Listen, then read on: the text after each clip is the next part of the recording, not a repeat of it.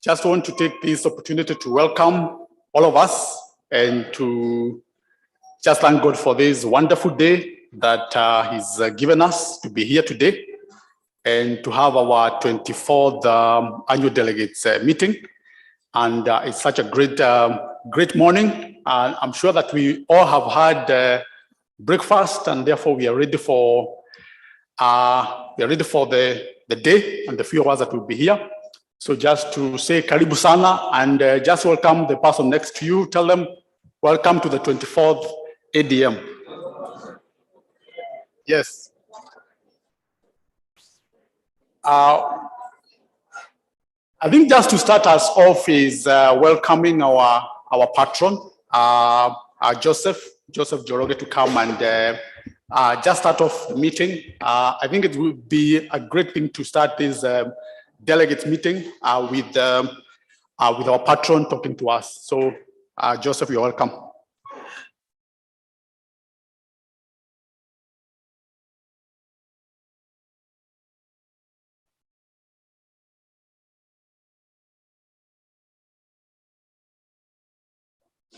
It's on now? Okay. You know, these are some of the greetings you need to know. It is part of the origin of the revival that came all the way from Burundi, Rwanda, Uganda, came this way. It was a revival. When I say that, I'm recalling all kinds of things that God did in the past. Anyway, I want to welcome all of us in this particular place that we are here as a patron and as a person that is entrusted with the spiritual oversight. And that's where we start. We start this meeting by acknowledging God, by acknowledging that it is God who has brought us this far.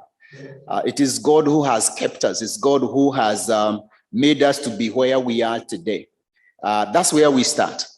And I want to start by praying that God may help us as we start this particular process and this particular meeting that we have today. Let's pray. Father, we thank you for this time that we are gathered here. We thank you for this meeting, the ADM for 2023. And Father, we want to thank you for the journey that you have taken over the last year, and even since the inception of Kingdom Sacco. And Father, we want to acknowledge your goodness, your faithfulness. And now even, Lord, we are praying for all of us that are here, including the members that we represent today, and even the others that are going to join us in the future, that your grace may continue to flow in us. May you bless the work of our people. Beyond the strategies that we have, may your presence continue to lead us and to guide us in every way. We thank you and we bless your name. In Jesus' name we pray. And so my comments start by appreciating God for being with us on this particular journey since 1999. That's when we started. And that's why today we are having our 24th ADM that we have today. I was just preparing my speech and I realized this is 24th. Next year, according to the mathematics, is 25. No matter how poor you are in mathematics, from 24 you go to 25, isn't it? I was just looking at 25 years, and I was thinking to myself, I have been the patron for the last 24, and next year will be 25. I'm praying God that I'll be able to take it up to 25. And then after that, I think I'll request that we start now to reorganize something else, isn't it? Where we can be able to start preparing people. And in fact, I was just talking with the CEO and I say, this year, I want to focus on, polishing up and refining the already well-developed people that we have here. Because when I look around and I see people, I have hope that this Kingdom Sacco is going to go beyond the ages. If Jesus does not come quickly, that we have the capacity, we have the foundation that is well laid, that if people continue to have this kind of a foundation, it is possible to have, Kingdom Sacco going for ages and ages and ages to come. Kingdom Sacco has the capacity and the potential of becoming some of those kind of companies that they are celebrating 100 years. You have had those kind of companies. All that matters is the foundation that was laid. And I feel like we have laid the necessary foundation. And I know the foundation is laid because of the kind of sometimes the battles that we face, and doesn't shake this pillar. And I think it convinces me that we actually have laid a good foundation over those years that we have. And if we maintain those parameters and those foundational positions of making sure that we acknowledge, as much as we are operating in this particular physical realm, there is a spiritual realm that is there, that is overseeing, that is causing things to happen, something far beyond the human capacity and human logic. There is something above here in God that causes things to happen in a certain way that cannot be defined or explained by any man. And we depend on that power. Very, very important. We depend on that power. If we are able to maintain those fundamentals, then Kingdom Sacco has the capacity to go beyond the age of every one of us and beyond the life of every one of us. And that is my prayer. And as I look around and I see the team that is here, I see Meshach, I see this team that is here, the members of this board, I have great confidence that as we celebrate and as we come here, not only celebrate, but as we come here on our 24th ADM, that we can be able to look at 25th and say we are going to have a silver jubilee and be able to have time to thank God and to appreciate God for what he has done. And there's something that was just going on in my mind. It's not even in my notes because it is now in my mind. But I think it's something I want to invite all of us to start, engaging with God in a heart of appreciating God for the journey that actually we have been able to make. There are some circles started with us and they were closed down, isn't it? But we are here growing strong and stronger. Sometimes we become a threat to many people. And sometimes we get betrayals from some of our members. But it doesn't matter. The foundation that has been laid, and the foundation is God. We have been able to go forward and be able to move forward. And so, as I have informed the members in the other meetings before, the establishment of Kingdom Sacco was inspired by God, and the entire spectrum of leadership is committed to the application of the biblical values in all areas of operations in the executing God's primary purpose for the business. Part of the mission of the Kingdom Sacco was to shepherd the members by providing workable financial solutions in the midst of other competing institutions. This mission has remained constant in the midst of rapidly changing social and economic environment. Today, the general population exists inside the reality that was actually defined by Jesus Christ. When Jesus talked about the people being harassed and the people being helpless and the people being like sheep without a shepherd. That's how Jesus described the state of the people. And if there is a time when this is actually true, it's today. And looking at the people, they don't know what to do. They have no solution over the challenges that have come upon their lives. And this is both true at the personal level, but also at the corporate level, at the national level. At the national level, we have issues that we actually don't know how to deal with them. We have aspects and things of life that we actually don't know how to deal with them. At the family level, the same. At personal level, the same. Issues of suicide have continued to increase. Levels of stress have continued to increase. More than ever, the importance of paying attention to the whole issue of mental health has just become very, very critical and very important for all of us, that we have to discuss that. It has come to a place where somebody walking in a hall, let's say in Kingdom Sacco, normally would think that we are a financial institution.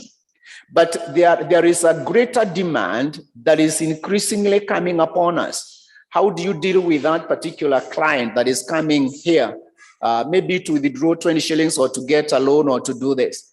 And you realize we have actually to up our game, where we can be able to deal with the issues of offering more solutions, human solutions, on which the financial solution is going to sit on. Some of the people come and they are really stressed. Sometimes we may have to know how to deal with their own individual lives, family life, social life that they have, so that we are not just mechanical on issues of finance, but we are dealing with this particular human who has come here and they have other issues. Sometimes the real major issue may not even be finance. And I'm sure those of us who have been dealing with clients know that we are increasingly dealing with other issues that are not just finance. As much as finance is required, as much as finance is there, but the truth of the matter is we have other issues. And therefore, those of us who are on the front, they need to have some other skills of dealing with the people, because let's say the state of the people coming in our halls or coming to us is constantly changing because of the life of stress and the kind of changing circumstances in which some of these people are living in. And therefore, life in the earth is under continuous bombardment of complex forces of nature. These are the people coming. They are bombarded from every side by the various forces and circumstances that are there in nature that they don't know what to do. Today, we are witnessing unprecedented levels of instability in social, economic, and political dimensions of this life.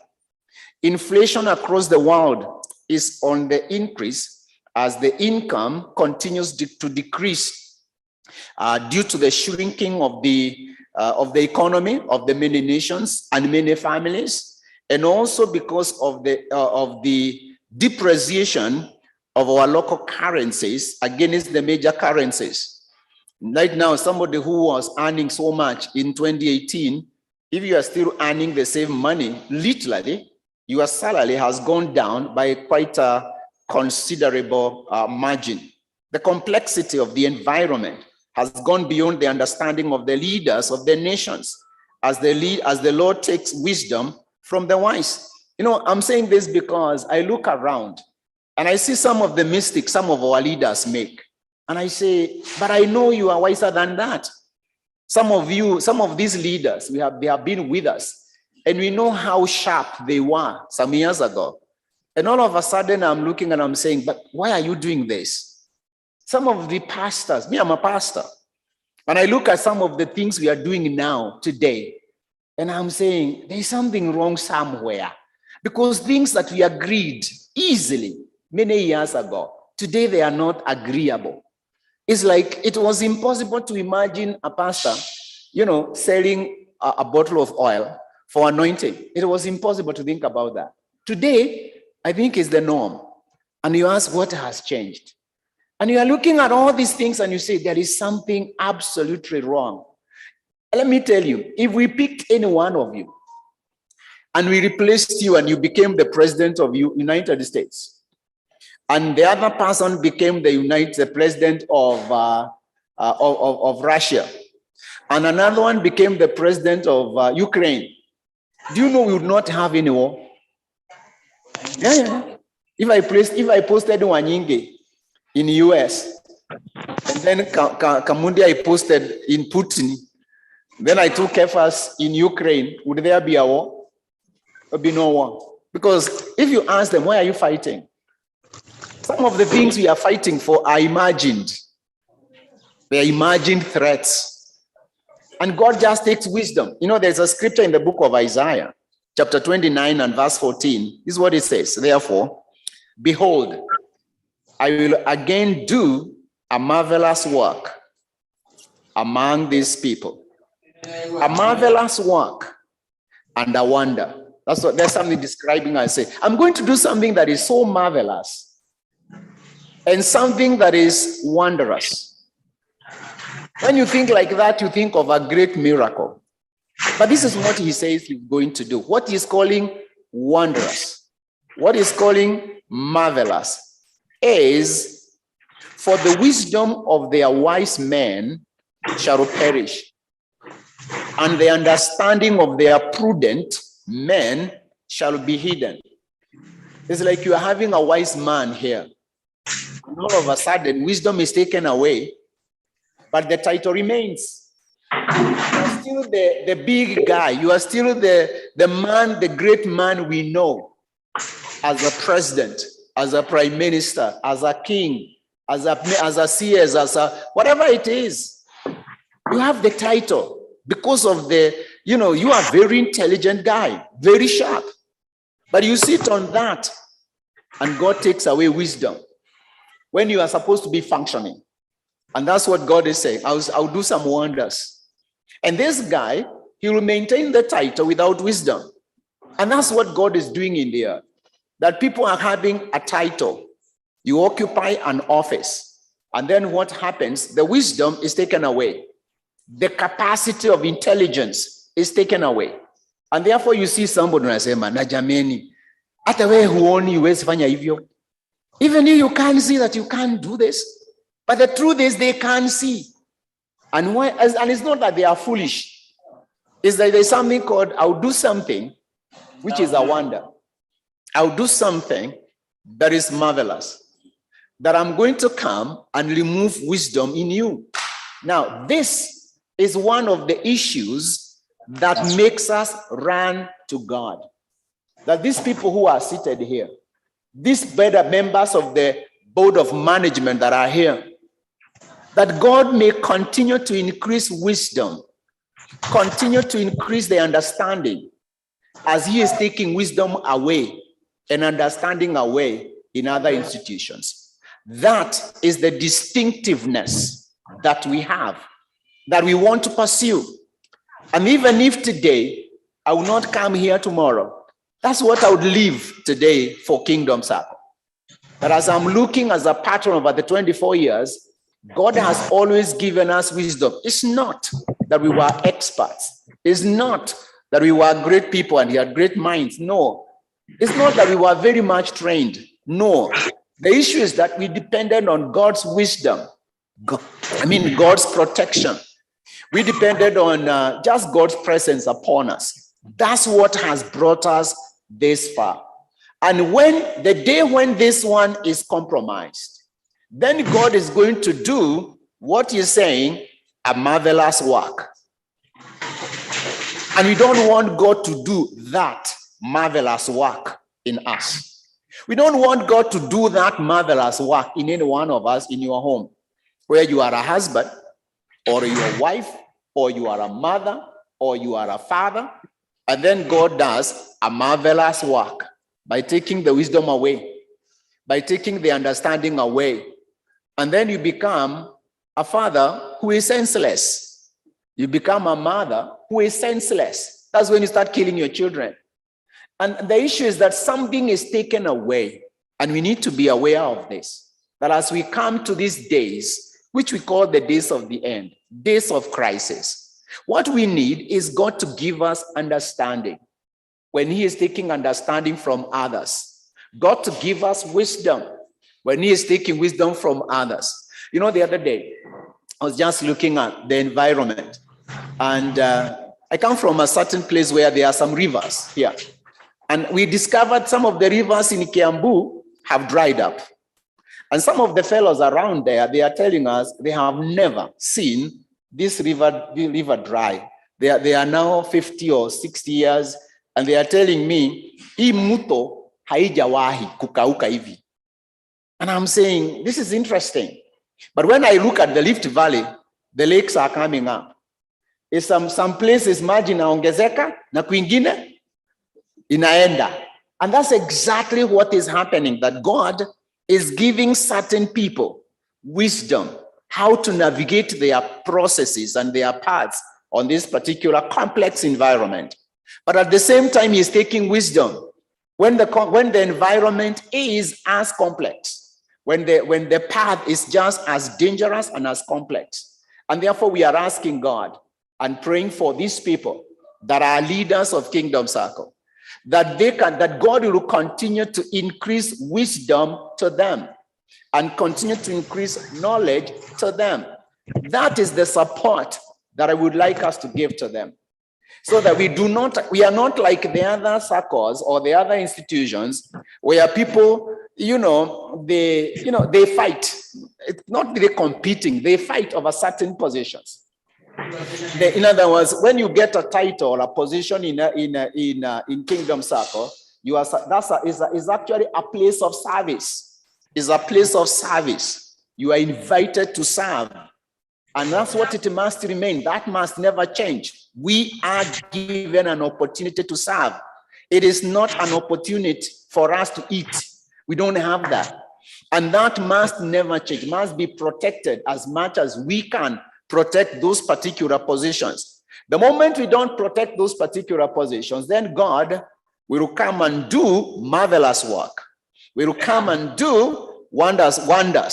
And the wonders he's talking about, a very intelligent man or a woman, but the wisdom is taken away. Intelligence is taken away, and you are just left there to be able to exercise the powers of the office. Well, as you don't have intelligence, you have not, and you mislead the whole people, and these organizations, be sure they will go down. It is my prayer today, and it's what I would ask every one of us to see as leaders who are here, that all of us are able to see that. And therefore, we wake up in the morning and pray for our leaders. We wake up every morning and pray for the CEO, pray for the board, pray for those particular people who have been given leadership, so that they can be able to have wisdom added. They can be able to have, knowledge added to them, intelligence added to them, insight added to them. That's what we need to have, that we can be able to have, to that we can be able to move forward. Are we together on this? Because you'll be seeing foolishness everywhere. You'll be seeing all kinds of things being done everywhere. You are looking at our country. We are gazing at a crisis.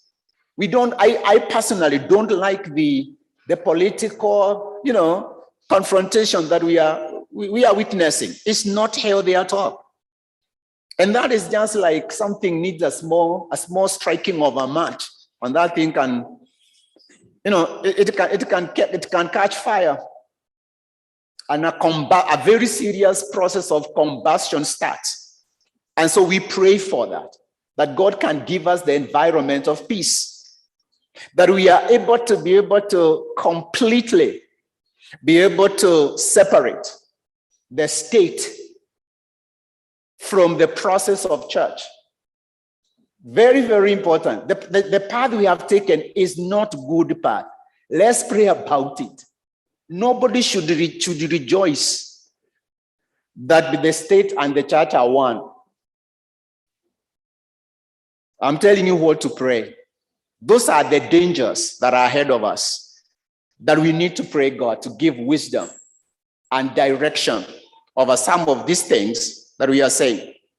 And so the current state of crisis in there amplifies one of the distinctives of Kingdom Sacco in recognizing the critical importance of awareness of the spiritual realm and the connectivity to the resources relevant to the growth and the development of the institution. We have depended on God all along the journey. There has been battles from our enemies and challenges in navigating rough and new terrains that keep emerging before us. But God's grace has been sufficient. And not everybody will understand how the grace works. But those of us who are in leadership need to know that an institution like this can only land by God's grace. It's God's grace that builds Kingdom Sacco. Those of us who are in the top leadership, in the management, making sure grace is flowing in your life. That's what you need to do. The moment you ignore that and you think you have the number of papers are going to help you, then you need to know it is the same number of papers that are bringing institutions down, isn't it? It's the same number of papers that are bringing institutions down. But for us, we come to a place of fearing God. That's why we are very careful. Whom do we put in the management? Whom do we put in the issues of the board? Who is that? And we are more important first with the state of your heart and your relationship with God before we can consider your papers. We are not ignoring the papers.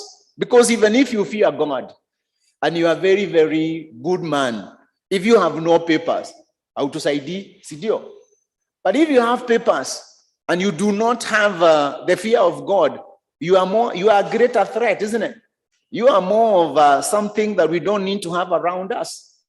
And as a result of that, we want to make sure that there's somebody who is coming here. That's why the nominating team for us is absolutely a critical organ of this particular institution, that we are supposed to make sure your relationship with God is correct. Because we don't want God to come tomorrow morning and do his great work and marvelous work of taking wisdom away from you because of the state of the heart that you have. That's what we want to make sure, that we are able to guard and be able to protect.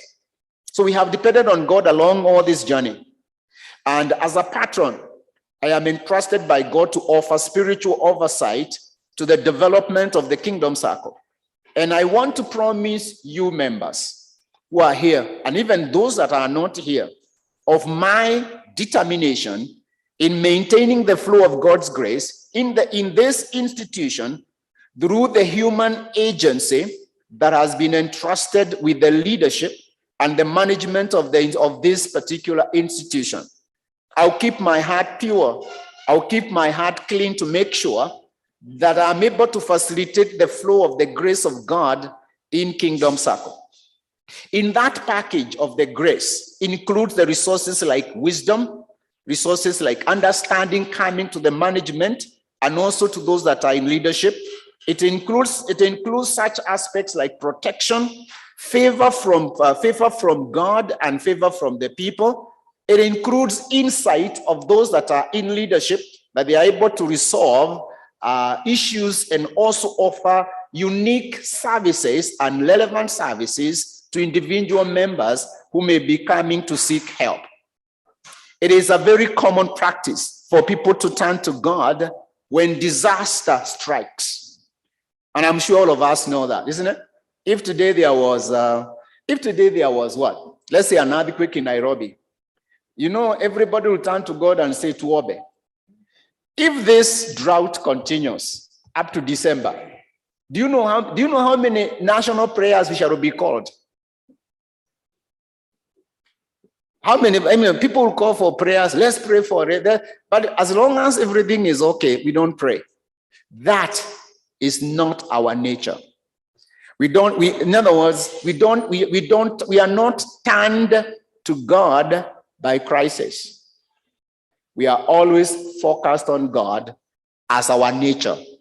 It is our nature to focus on God. It is not the crisis that makes us focus on God. And that is the distinctive nature of the leadership of Kingdom Sacco, that we are always gazing to God all the time for leadership and for guidance. The other difference is the sight of the future, and the expected response from the institution's point of view. That's a distinctive point of Kingdom Sacco, that because of having the patron's office, which is supposed to give spiritual oversight, we are able to gather and be able to discuss and say, what do we see? And I know there are some organizations in the world today that have come to a place of recognizing the role of what we call future telling, future insight, future forecasting. You know, there are some institutions, and they are not even led by people who are born again, that I know that are now focusing and saying, listen, there are people who have a capacity of foretelling what is going to happen. We want them in our organizations. And we have seen them being included in the offices of strategic management, or the issue of the business development and all those kind of things. I've seen that in some organizations. But for us from the patron's office, we have been assisting the board and the management in the prediction of the future, the foresight. What are we seeing? What are some of the issues that are going to come? And we have been doing seminars for them, be able to give them the quality of response that will be relevant to that emerging future that is coming. This is one of critical benefits of Kingdom Sacco that Kingdom Sacco enjoys out of this relationship with the church. Because Kingdom Sacco is identified with the church. And part of the benefits of that relationship, beyond getting the members from our churches, is actually the capacity to pray and ask God, how does the future look like? What is going to happen? What do we need to do? And when we start to pray, God is able to guide us and tell us exactly what needs to be done. This is not a theory. This is a reality in our lives. In return, Kingdom Sacco has also responded very well. They have assisted many churches in ways we cannot even have enough time to list today. But some of the members present here are great beneficiaries of the services that Kingdom Sacco has been offering. Let me just say for sake of interest, how many pastors are here today? Just lift up your hand. Pastors, if you're a pastor, lift up your hand. And that as pastors, what do we offer? We offer spiritual covering. We give them the spiritual mass. We give them the spiritual benefits. We pray for them. But they don't pay for that in terms of cash, because no human should pay for prayers or because you are prophesied or because you are healed. But then they are able to offer, this Kingdom Sacco has offered response in kind by being able to help us and minister to us in different ways as the Lord has helped them. As this list continues to grow inside a number of millions, the management need to extend the use of technology in preparation for being a sanctuary without compromising the quality of services that is being received by individual members or individual groups. Because as we continue to do this, I want you to see it's easy to predict the future. If you say that on one side there is a way God is removing wisdom, on one side there is somewhere God is removing intelligence, what happened to an institution whose leadership has lost wisdom and intelligence? Without even being a prophet, you know where that thing is heading to, isn't it? It goes down.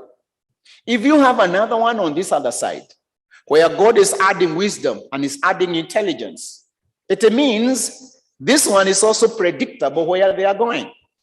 And it's a matter of time for people to have an influx.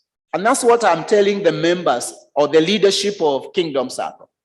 Prepare for the influx of more members. If we maintain our integrity, if we maintain the level of goodwill that we have, if we maintain the level of connectivity with God, the flow of grace, if we maintain the quality of services that we are offering, then it means we are easily going to slide to dealing with members in terms of millions. And we cannot compromise the quality of service because we did not prepare ourselves.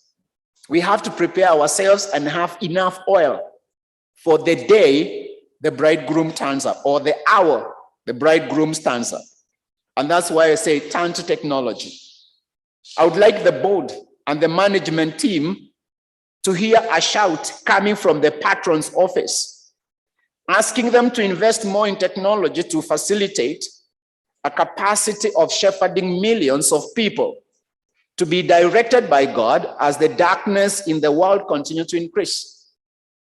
Kingdom Sacco must have a similar capacity that the one that, Safaricom has, dealing with how many millions of people, and all of them have accounts of M-Pesa. Let's ask God for wisdom. Let's ask God for direction. Where we are is not enough. The 24 years that we have spent should form a foundation, and a firm foundation for us to be able to move to higher levels of functionality and operations, so that we can be able to offer our members services that they never thought they would ever be able to get it. Just like none of us here 20 years ago ever imagined you will be able to have the quality of services that we get from Safaricom through M-Pesa. But today we have it. We never imagined. God has blessed us beyond what we imagine or ask. And that's what we are praying for the leadership of the Kingdom Sacco, that they are able to do that. Well, at the very heart of the founders of Kingdom Sacco, many of us being here.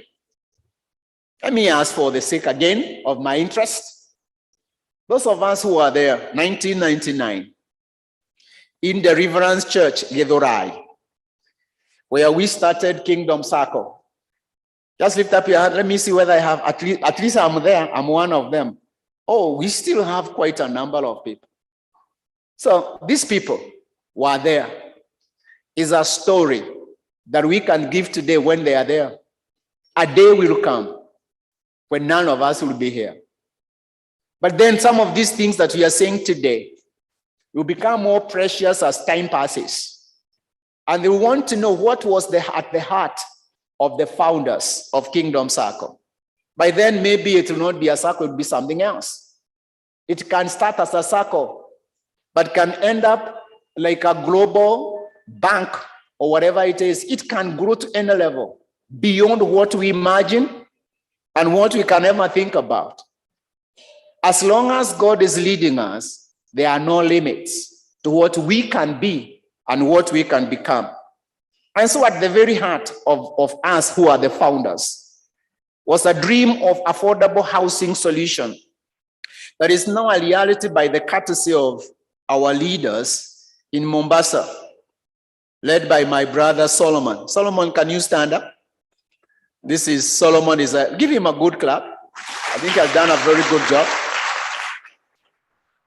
Solomon, we are proud of you and we are so happy. And so my very special mention, of course, to the senior elder of our community, that is Solomon, for giving such an exemplary leadership in the implementation of the 2 housing projects. We asked the other leaders to borrow a leaf from the team in Mombasa. The other dream in the heart of the founders was the support to the poor who need financial support for existence, for education, for just general livelihood. For the word of God in the book of James, which was there as we are starting this. James chapter 1, verse 27. The Bible says that pure and undefiled religion before God and the Father is this: to visit the orphans and widows in their trouble, and to keep oneself unspotted from the world. Really, we would like to have Kingdom Sacco identified with certain programs of helping the young people, the poor people. Today, the greatest challenge among the poor people is food and education. And I am happy to note that in the year 2022, the Kingdom Sacco extended financial support to various institutions to cater for societal needs, touching on the needed children in the children homes, touching on many young people, the youth and and other people in furtherance of education and just livelihood. I therefore, as I come to a close, I wish to thank the board of management, and also I want to thank the staff members of Kingdom Sacco at both the headquarters and also at the branches for their dedication and commitment in the growth and the development of the society. I would like to take this opportunity to thank our delegates that are here today, and also the entire membership of the Kingdom Sacco for their continued support and commitment towards the growth of the society. And I want to say this: as long as God is on the lead, the future is brighter. Amen. Father, we thank you for this time that we are gathered here. We gather here as delegates on behalf of our other members, wherever they are. In this meeting, we pray for them. In this meeting, we come before you, even before we start the deliberations of the day.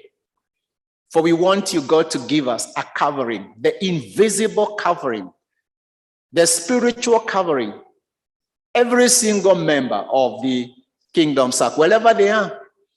God, we pray that you may bless them, bless their families, protect them, keep them. We also pray for those who are ordained to be part of Kingdom Sacco. Beyond the efforts that are done in marketing, Lord, we are praying that you may bring them home. A capacity that, God, you always have to direct people, even animals, to their ordained sanctuary. And that's what we are praying, that, God, you may do it to us. We also want to pray, God, for development as a society to the new levels of reality, far beyond what we imagine or what we can be able possibly to see.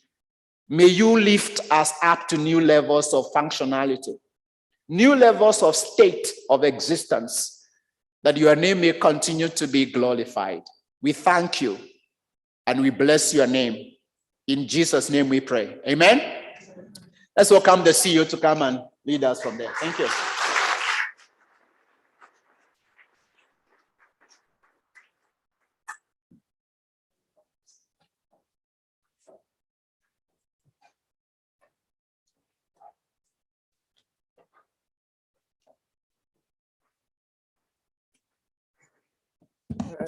Thank you, Patron, for taking us through that session. And may I welcome all of us once again. I want to believe I'm audible to you who is here and to the rest of us who are online.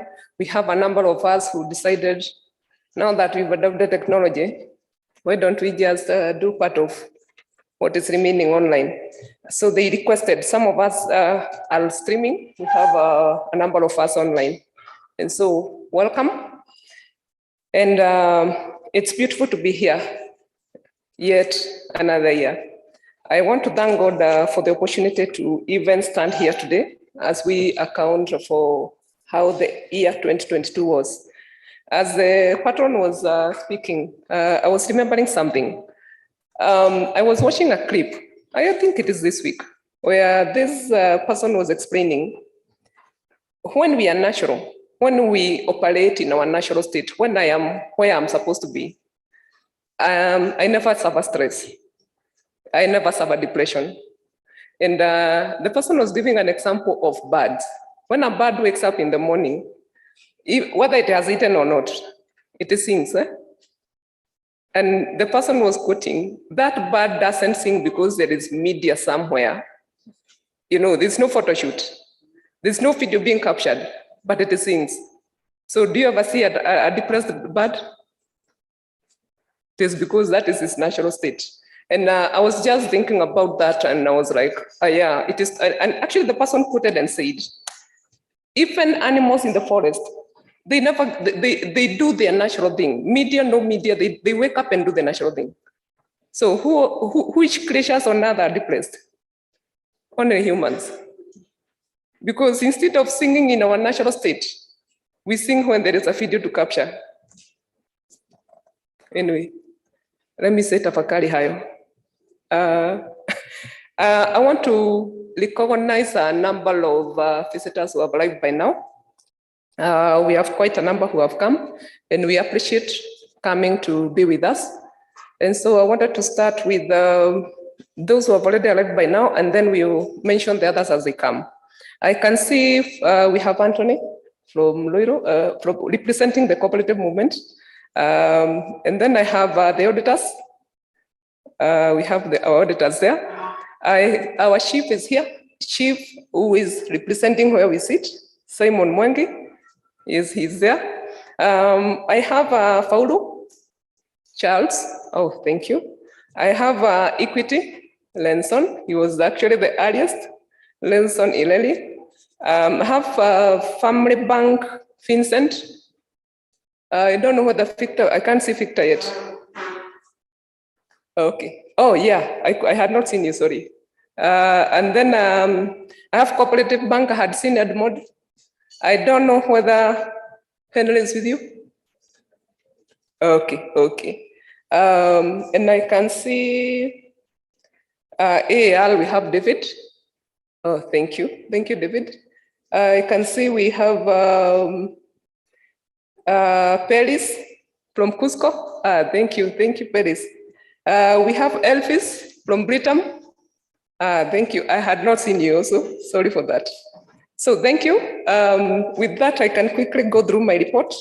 And well, I won't read through everything, but I want us to flow together. I want us to have more of an interaction as we agree where we should be heading. I like one emphasis the patron has put. We need to have the capacity to handle 1 million members. And 1 million members can't fit in this room. And 1 million members can't fit in, even if we take them to a stadium. I wonder how we can handle them. And that means more weight on technology.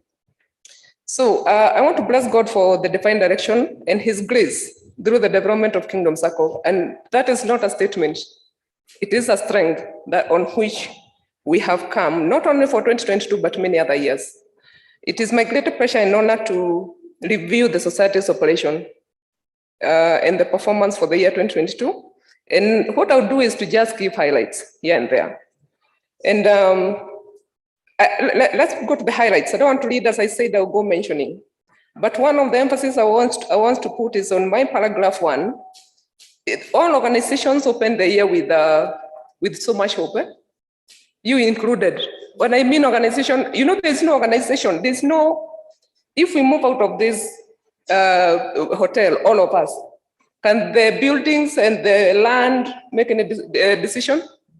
So when I say organization, I mean us, right? So we closed over the year with a lot of hope. We had so many goals we were setting.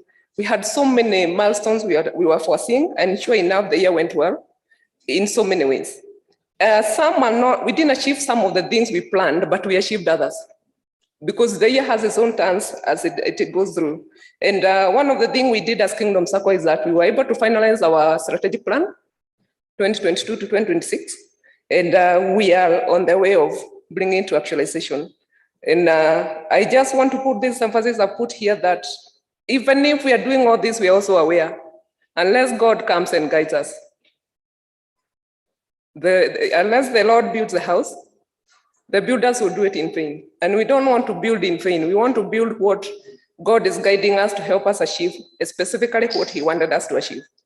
The year had its own interesting achievements. And one of the highlights I wanted to put is that every year the cooperative movement does, well, let me call them assessments or like a benchmark for SACCOs.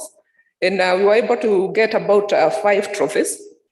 And one of the things I wanted you to note is that we had one in technology. That one we have had for the last 4 years, but we are saying that's not enough. We will do more. Because if we don't have a good base in technology, we can't be ready for the future. Then we had others like capitalization and savings and most efficient and best overall FOSA, thanks to our county. It is done at the national level, and then it is done at the county level. So every county does its part. And we really appreciate all of us. We didn't achieve those because of the staff and board. We achieved because you used it. When you used your phone to transact, you allowed us get that one for technology. When you saved regularly, when you made your capital remains today, it is part of what was assessed. So what am I encouraging us to do? We do it better this year, right? We had one, let me call it a pain point, called non-performing loans. And this one, I don't think is only Kingdom Sacco. It is something that's cutting across banks. If you have been reading the news, you realize in some areas, some banks had to do major write-offs. And for this year, for last year, we did a number of, let me call them loan management. Some of them we did were moratoriums. We offered some people moratorium. We did some loan mergers. We did some waivers. And all this was to help those who came, who turned up as we requested, because we sent a broadcast request, and those who turned up, we were able to give you at least something that is trying to fit where you are. Because we needed to look at your case as you are, because you are different from this other case. And we will continue to do that even as we take more stringent measures. Because the funds that are held there belong to this other member here. For me, who has not taken a loan, for you who has taken a loan, you have taken my money, right? So when we say we employ more stringent measures, is because this money also belongs to another person. But before we get there, let's talk. And delegates, can we talk to our members? Can we talk to our members and ask them to talk to us? Please, let's talk to our members, because we also don't want to go this route of auctioning. Our strength is to sell money and to get the money back. So let's talk to our members and encourage them to talk to us. There is always a way out if people are talking. If people refuse to talk, things go to a standstill. So let's encourage our members to reach out to us. One of the other things we did within the year is that we partnered with Women Enterprise Fund. I believe some of us have heard about it. The president was talking about it the day before yesterday. And we are at the final stages to get the funds. And some of the women seated here, well, sorry for you men. I am sorry, I'm not discriminating. But some of the women seated here will get some of those funds, as long as, of course, your account is good, because we also consider somebody with a good account. And we'll continue doing this. This is just one. We'll continue partnering with many more. There is something Patron has mentioned, and I've also mentioned about it. We came up with an affordable mortgage product. It's a product. We are selling a product. Let me call it a long-term loan to finance your house. And thanks to our branch in Mombasa, we were able to do 2 projects. We are calling them Ubuntu One and Loyal Ubuntu Homes. Phase 1, we did mention it. Phase 2, we have done apartments, affordable housing. And we are happy, we are proud when we give that back to our members. And we are encouraging our members to also look for those opportunities. When you see some land somewhere that you can come together as a group and we do it for you, we are ready to partner with you to help in that. But also if you have that land wherever you are and you want to build that land, so you know that land you have, and you want to do your house, come, we'll finance you with that affordable mortgage and you do your house. And let's also spread this to our members, because that product is for us. And the intention is, once we manage your loan to currently, if possible, the rent you're paying, so that you use the rent to pay the loan for a longer period and your life continues. We don't want to get the facility and your kids go hungry because all the money are coming to pay the loan. So this product is available for us to take, and let's continue to widen it to our members. Within the year also, we had an opportunity to go to Kingdom Sacco was selected actually to represent many other Saccos on 2 visits at State House. The first one was on affordable housing, and the second one was on Hasra Fund. Are those terms familiar? Or am I talking to myself? So we were given a chance to participate. Interestingly, and this one I can mention with confidence, in the first one, we were about 5 Saccos. In the second visit, we were 10 Saccos, and only Kingdom Sacco was in the second lot. Only Kingdom Sacco was in the second lot. All the others 5 we had in the first lot, they were not there. But one of the things the government is considering is our community-based approach. We are dealing with the community. You will find the others have a certain element of check-off, and so they may not have the mass we have, and who can actually uptake these facilities. And the other thing I can mention is, for you to be selected, do you think you are just any other Sacco? Do you think they were looking for any Sacco and they just bumped on you? Yeah, it's because your Sacco has also been run well. It has good governance. It has been managed well in the records of your regulator. Your Sacco is starting out well. So being selected among the 6,000 Saccos, don't just take it to be, well, it just happened. Anyway, let's look at our financials, or rather, how did we perform in some of the areas? I'm just taking some highlights. That's why I have given you the entire booklet to read the other parts. But the treasurer will also take us through some of the figures in a more detailed way. So in revenues, we were able to grow with 12.2% from 213 million in 2021 to 239 million in 2022. That is followed up with the investment income.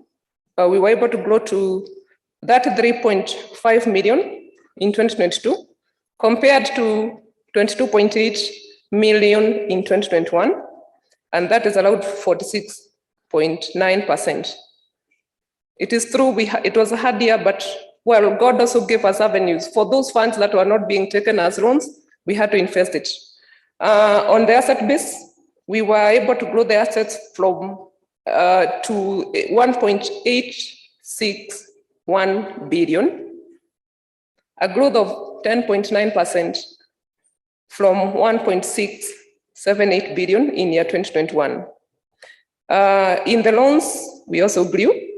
Regardless, even if there was that challenge of repayment, people still borrowed. And it is good. That is also something to tell you members are working with you. Or do you want us to stop lending? Members, if you stop lending, what will happen? We will close. So we are encouraging most of us to come and borrow. We want to grow this portion into, can we aim growing it to 70%? It is us who also talk to our members to borrow. And it's also us who talk to us and tell us, the product you have is not viable to me. Can you give me this other product? So will you help us grow to 70%? Yes, let's take it to 70%. As much as this is, we have grown with 12.9%.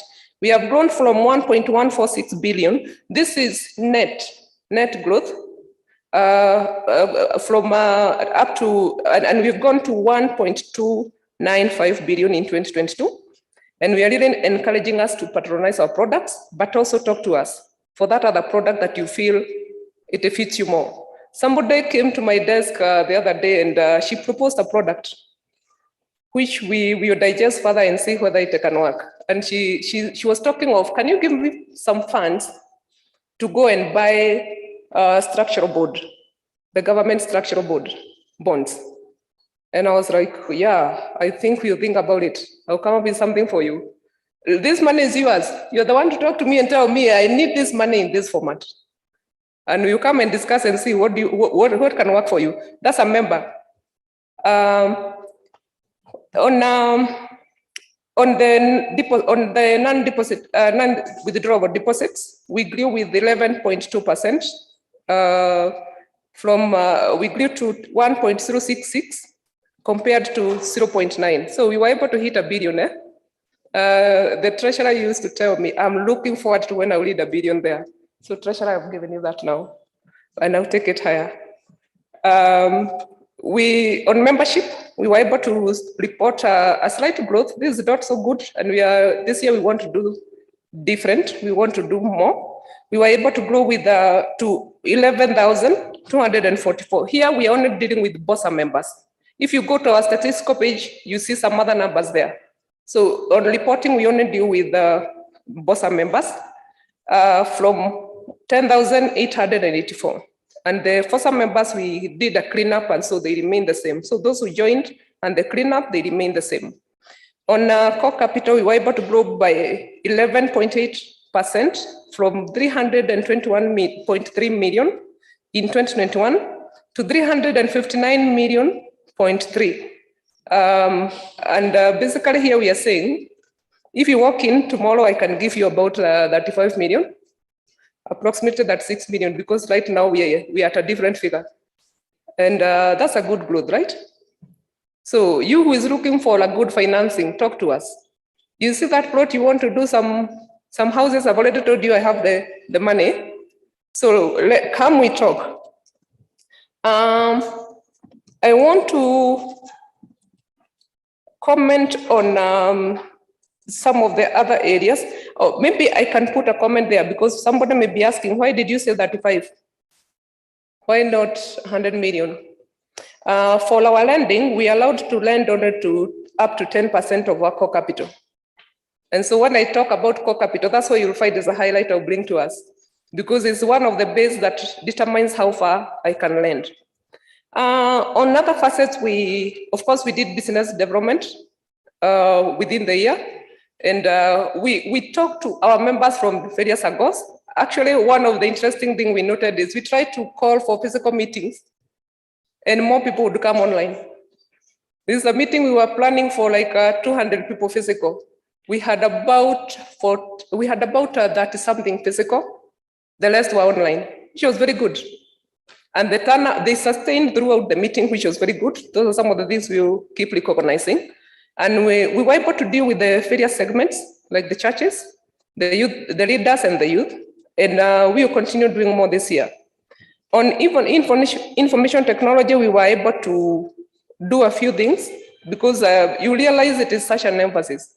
I don't think we'll ever talk any other growth that is not touching anything on technology, because it's where the world is settling on. We were able to automate a number of processes that is helping our service delivery become lighter and easier, and even for you, self-service to become easier.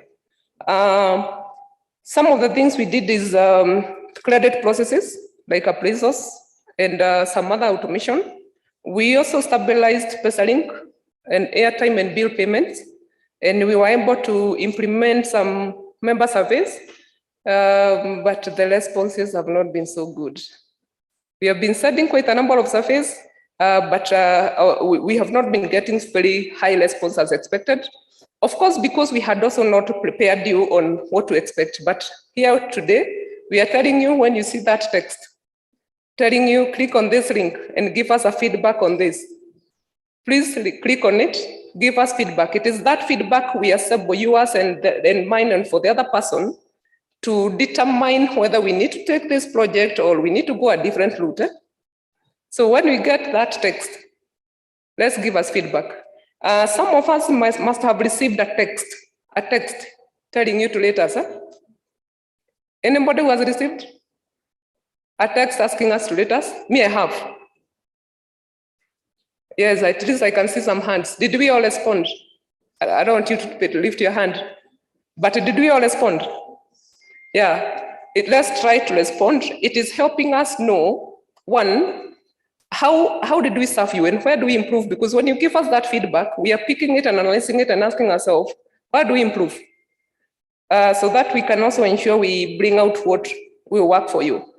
On mobile banking, we were able to do some enhancements. We promised you last year, and we were able to do some enhancements, and we are taking it to what is user-friendly for you, something you'll be able to interact with and also tie up a few of the things that were not there. And at this point, I want to pause for a minute. I just take you through a 1-minute clip of how the new phase is looking like. We'll play that clip.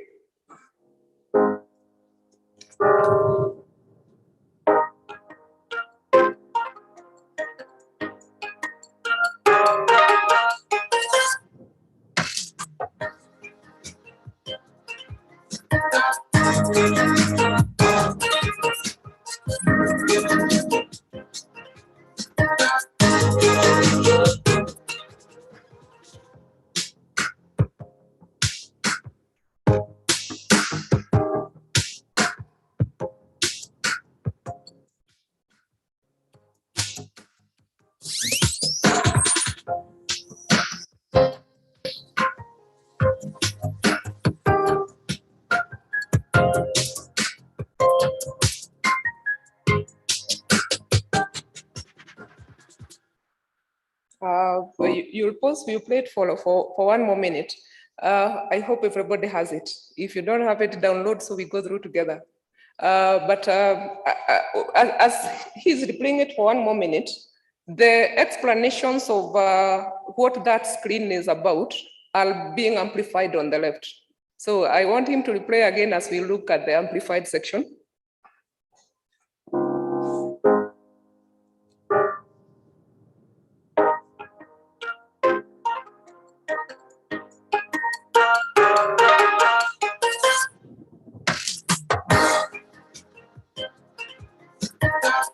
So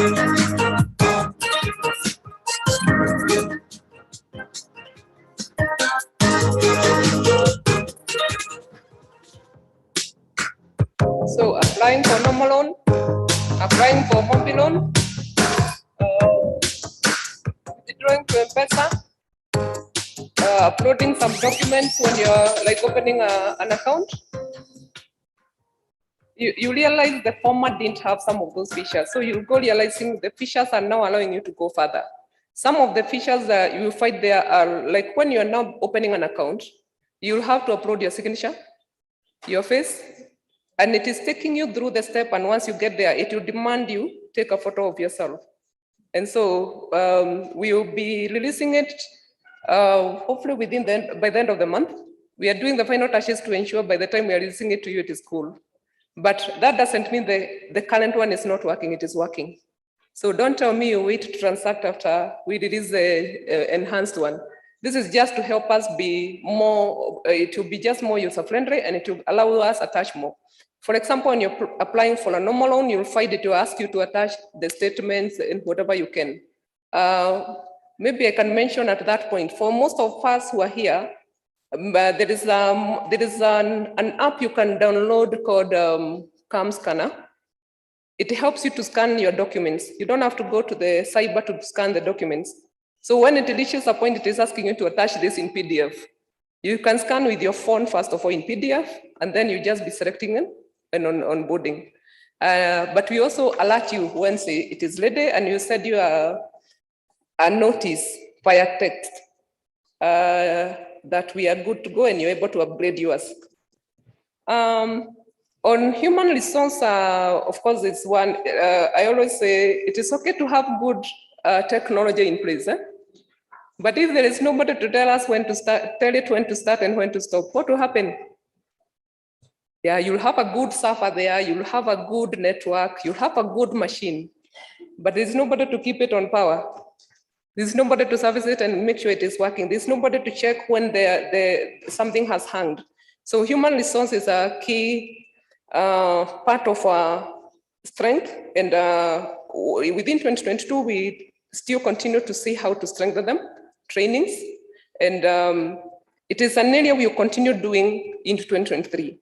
For 2022, one of the things we did is to invest in a human resource consultancy to help align. You see, already we have a strategic plan. We need to ensure we are focusing every other staff towards the same direction, and to ensure every day when I report as a staff and what I'm doing today is aligned to where the organization is going. And we'll continue doing more. Some of the things we also did is we had a number of new staff, replacing some staff who had existed in 2021. Now, for 2023, I will just mention a few things, but definitely this is so small. When you hear a 5-year strategic plan, it is so wide. If I bring it here, we will take a whole day, and then you start sleeping and telling me I'm taking so long. So I want to be just very brief.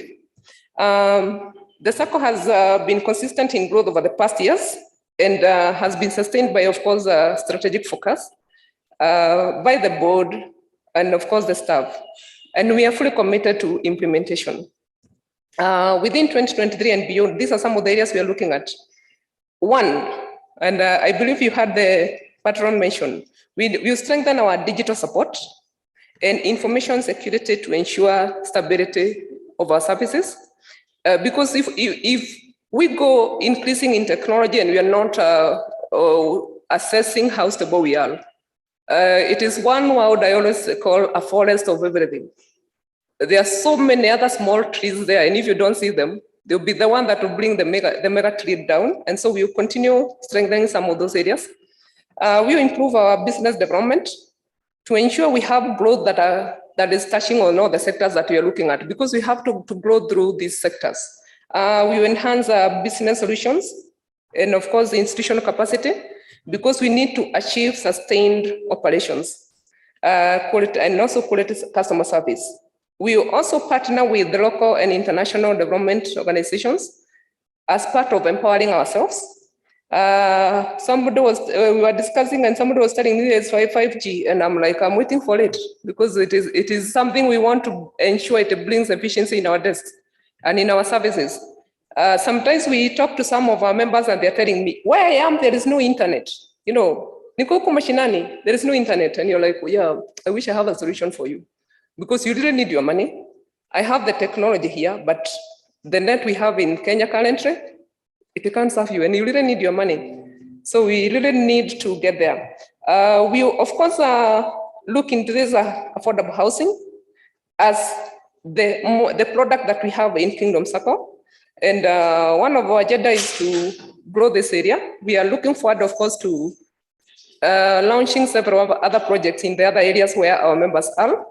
And one of the things we're also looking at is how to partner with organizations that can give us funding. We are at the elementary level of discussions, and we are hoping we will materialize on some of these things within the year. And we really encourage our members to see how they can come together, all as individuals, and we come up with these products. We are looking for funds to settle our families and all that. We have the funds and we have the product. Of course, one of the things we also do is to empower our workforce. Because if we achieve our 5-year strategic plan, we need a workforce that is also empowered and strengthened. And I want to end by thanking God for the journey for that year. And I also want to appreciate the Patron.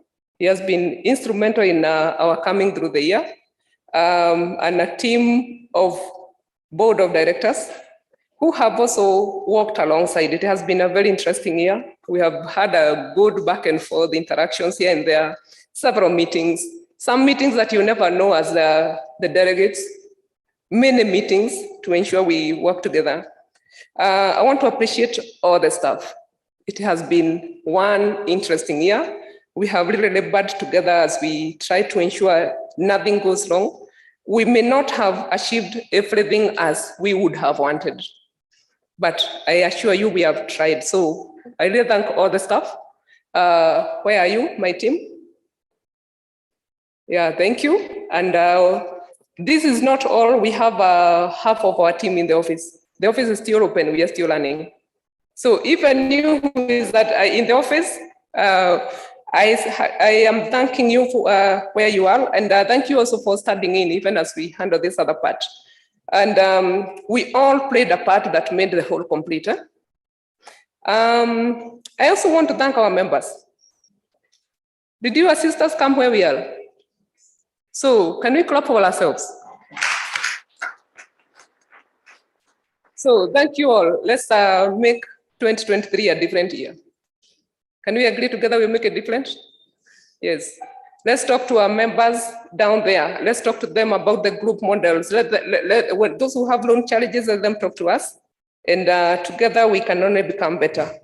And at that point, I want to invite the chairman.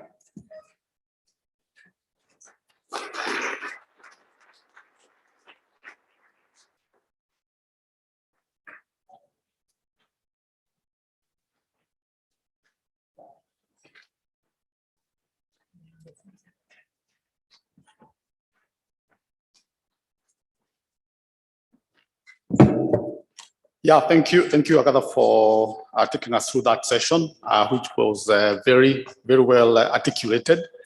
And I think she's taken us very well through her report.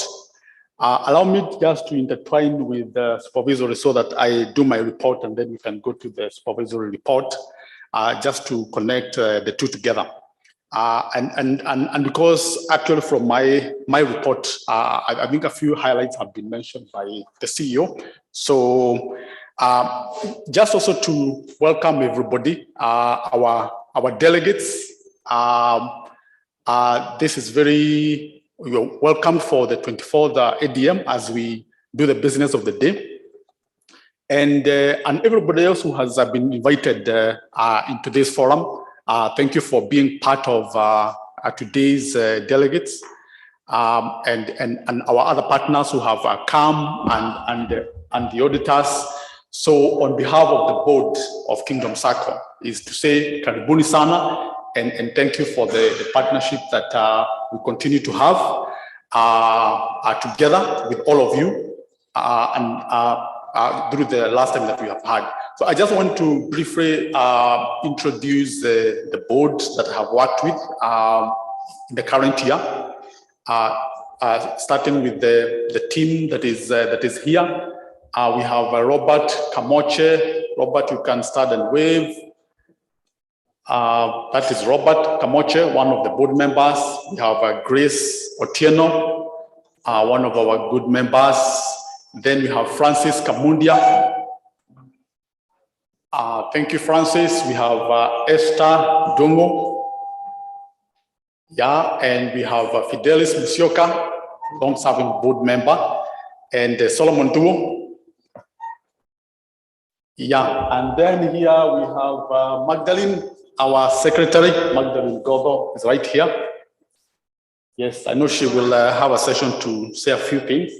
And our treasurer, she will have enough time to speak on a number of things.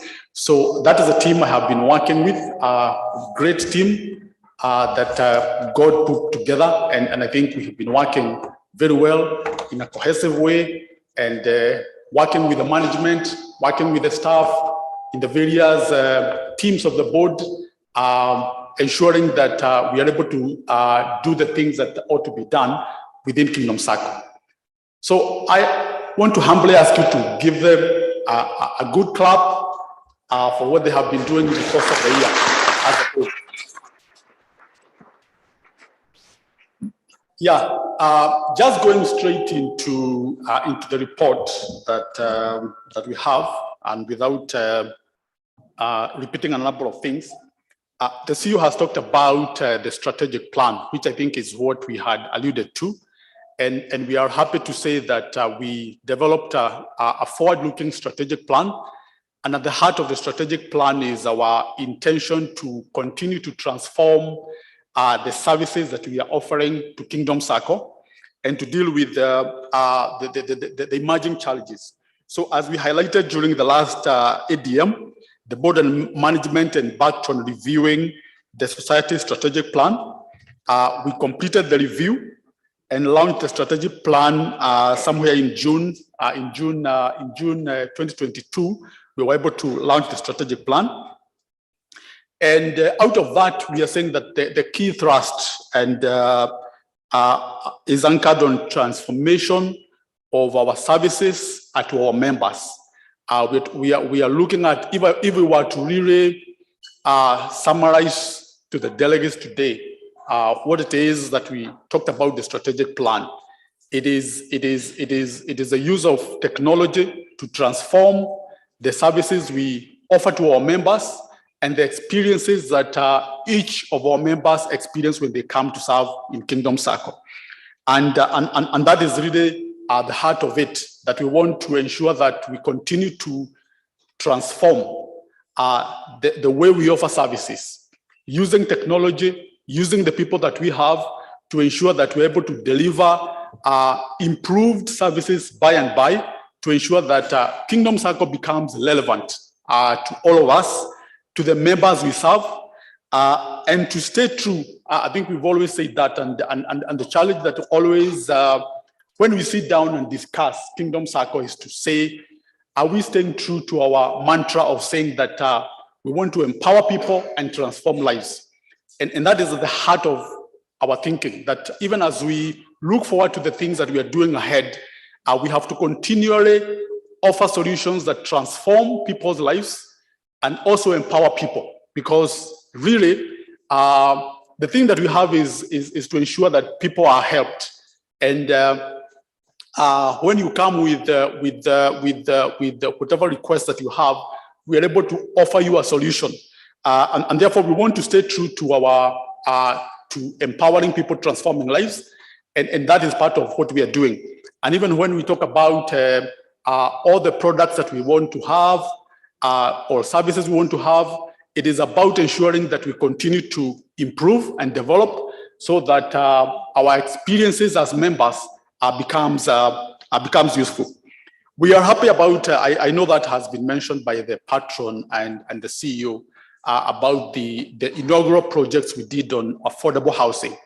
And basically we want to use that in a forward-looking way to be able to look at the lessons we learned out of that and be able to ensure that we can do that for our members in other regions.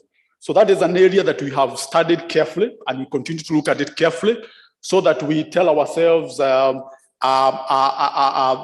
we can be able to replicate that in different formats, in different ways, in other areas, because the need for affordable housing in this country is huge, and we have not even tapped anything, and we want to be able to do it right so that we're able to partner with you as our members and use what we have done in the coast region to say, how do we do it in other areas? And I think it is a conversation that you will see us do as we move forward into the future. Delegates, I'm also happy to report that we have been able to, we've had some few projects that we have done for where people, what we call the farm housing projects, where people have come, we have been partnering with some of our partners to buy some plots, and a lot of our members have participated. And we can confirm that in 2022, we have been able to complete the title deeds for those plots. And anybody who had not gotten a title deed from the project we had done with our partners is now able to say, I have my title deed. And if I don't have it, it's because I haven't finished my loan. My title deed is there, safe and secure. Once I finish paying my loan, I'll get my title deed. So that is one of the things that I must appreciate the CEO and the team, because they have really worked hard to ensure that any project that we had titles not being ready, we were able to deal with that within the year 2022, and that has been completed very well. Yeah, I think on financial performance, without going back to the numbers that the CEO took us through, I think we have been improving. The economy had continued to recover well, and we have seen a number of our members coming out of the challenges of the COVID. And I think for us as a board is really to see the support we have given to the members who came and talked to us and say, these are the challenges we have, and we have worked a journey with them, and they are doing quite well as we speak, a good number of them. And as the CEO is saying, we continue to ask us to work with us, and I think that would be very, very helpful. The society continues to be well capitalized from the capital base we have. We have seen consistent growth in our portfolio, in our various dimensions, and of course, the period that we had, we have continued to strengthen our capital ratios. So I think from the issue of the regulatory compliance, the ratios and those kind of issues, I'm happy to report to the delegates today that we have done well on that area. We are in compliance on all the regulatory and prudential ratios that are required of us, and therefore we continue to do that very well. These are things that the board continues to monitor and track and ensure that we continue to stay in track with the existing regulations, the existing rules, and the laws that exist within the cooperative movement. We regularly keep in touch with our offices in the county, at the national level, and ensuring that if there is any matter to be discussed, we are able to discuss effectively and ensure that we put our Sacco at the heart of the conversations that are happening, as we're able to see from what the CEO was mentioning today. So I think on the other area of governance, which I think is the next item there, Kingdom Sacco continues to run the principles of effective and good corporate governance. And as the board of directors, in collaboration with our staff, we plan to continue to run the operations in a in an ethical manner, just like the patron continues to challenge us on how we run the affairs of Kingdom Sacco. Deep down, it has to be from an ethical platform, and we continue to satisfy the systems of internal controls and other controls that are required, risk management, to ensure that we strengthen the value to the member. I think that's the whole idea, even as we deal with the current situation. The board of directors, in conjunction with the nominating committee, has put in place an elaborate succession plan for the continued governance of Kingdom Sacco. And I think the delegates who've been delegates before they are aware that we usually work with the nominating team to ensure that even as some of the board members would leave the board, there is an effective plan and a succession plan that is happening to ensure that we do not have any gaps, and also to ensure that the required skill set within the board continues to be provided for, to ensure that the right conversations are happening at the board, the right discussions, the right oversight, the right strategic direction is being presented and discussed, even as we have our board meetings, by having a very complete, balanced, and effective team. And covering all that is a team that works from an ethical platform. And I think that is something that we continue to insist. So in the current year, we have some board members who have served for a 3-year term. And the way the regulations are is that once you serve for a 3-year term, you retire, but you are actually eligible for re-election for another term. So I think we have Mr. Fidelis Musioka. Fidelis, maybe I ask you to start again. Fidelis has served for a 3-year term and is due to retire. But Fidelis has offered himself to be re-elected in today's annual delegates meeting. And we want to really appreciate Fidelis, long-serving board member. And thank you, Fidelis. Let's give Fidelis a clap. Yeah. Then we have Francis and Gaine. Francis has also done a 3-year term. And Fidelis is offering himself, Francis is offering himself for another 3-year term. And Francis continues to offer valuable input in our board, especially on matters technology. And we continue to appreciate his invaluable participation in the affairs of the board. So let's give Francis a clap. And then we have Grace. Grace joined the board 1 year ago, but the term she was serving was only remaining 1 term, so she had to serve for 1 term and then get re-elected for a 3-year term because the person she was replacing had served for 2 years. That is why you can see she's coming for the election at this point in time. And Grace, as we are happy to have Grace on board. And Grace has offered herself to be re-elected for now a 3-year term. And we are very, very appreciative of the services that, the contribution that Grace is doing at the board level. So let's give Grace a clap. Yeah, so on the supervisory team, I know we will, after this, get the report of the supervisory.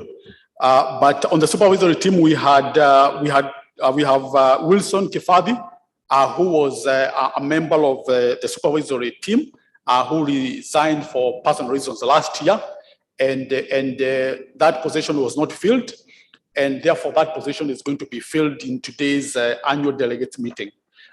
When some of the positions become vacant during the year, as long as the team has the required quorum, they can continue and have that person is placed in the subsequent annual delegates meeting, which is actually today.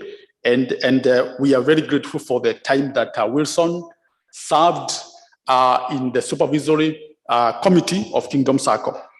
Then we have Betty Kaniu, who has served in the supervisory committee for the last 5 years. Betty has opted to resign and pursue other things, having served Kingdom Sacco for a very good 5 years. We really appreciate Betty for your services and the way you have been part of the supervisory committee. And let's give a clap to Betty Kaniu. Yeah, so we'll be appreciating Betty as she ends her services today. And I think it's really great to be here. So we really appreciate Betty. We really appreciate Wilson for being part of the supervisory committee and for the services they have offered to Kingdom Sacco.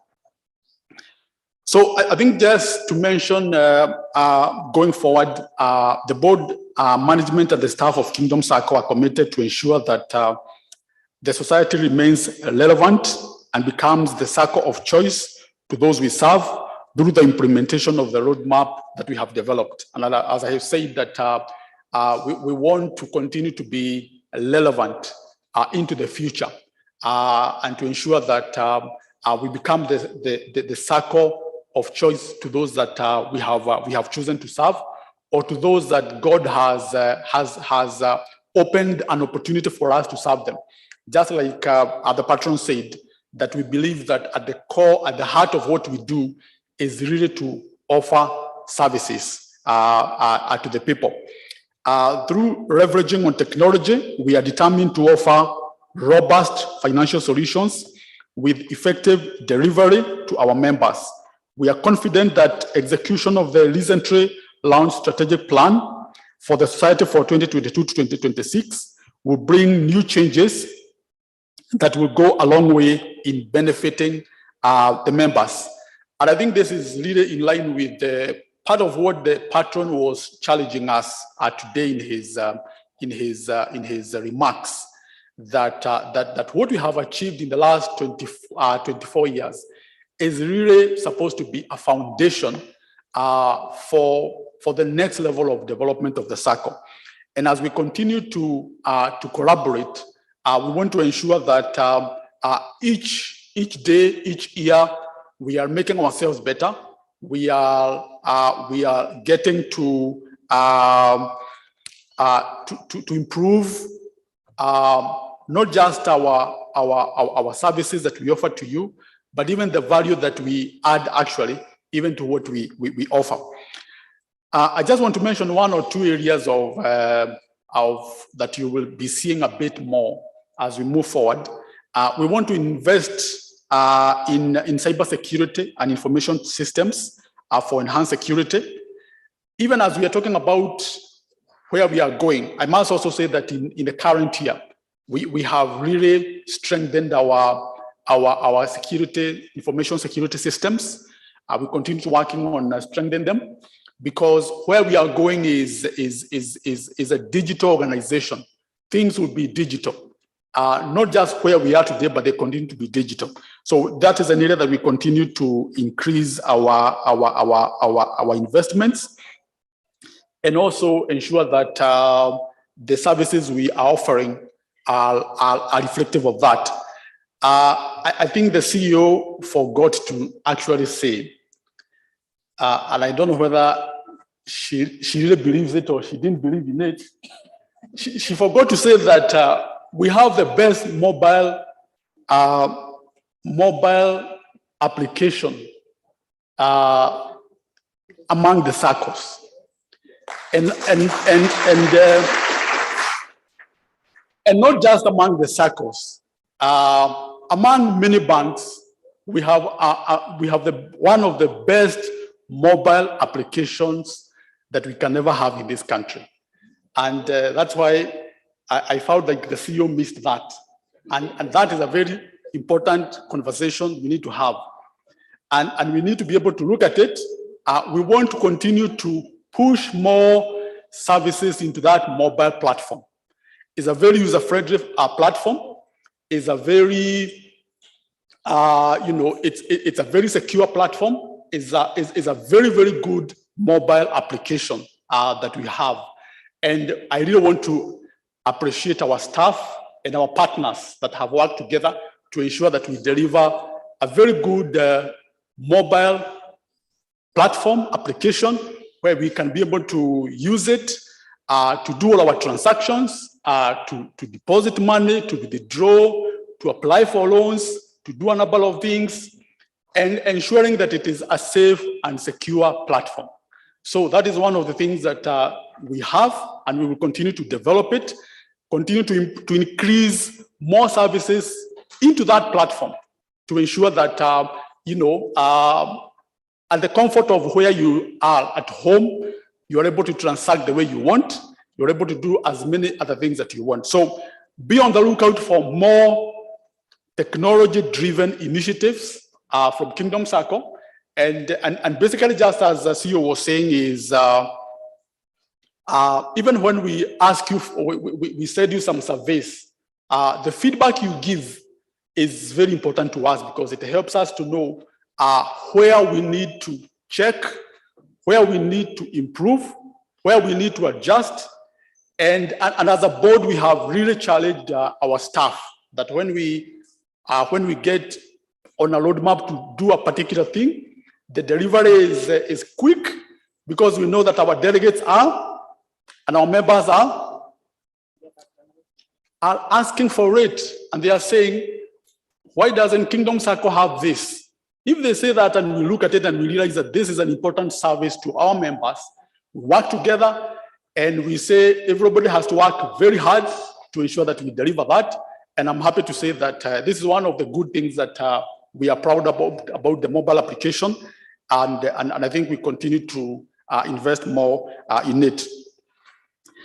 We will pursue more partnerships, just like one has been given today as an example. Partnerships that reduce the cost of loans to our members. Of course, as the CEO said, we are finalizing something with Women Enterprise Fund, but that is not it. We are looking for more partnerships to ensure that we can bring more products and benefits to the membership of Kingdom Sacco, so that in some of these areas where the cost of loans is quite prohibitive, we are able to reduce that, and we are able to be more affordable. We are able to be more affordable as much as we can, so that our members are able to get these services closer to them.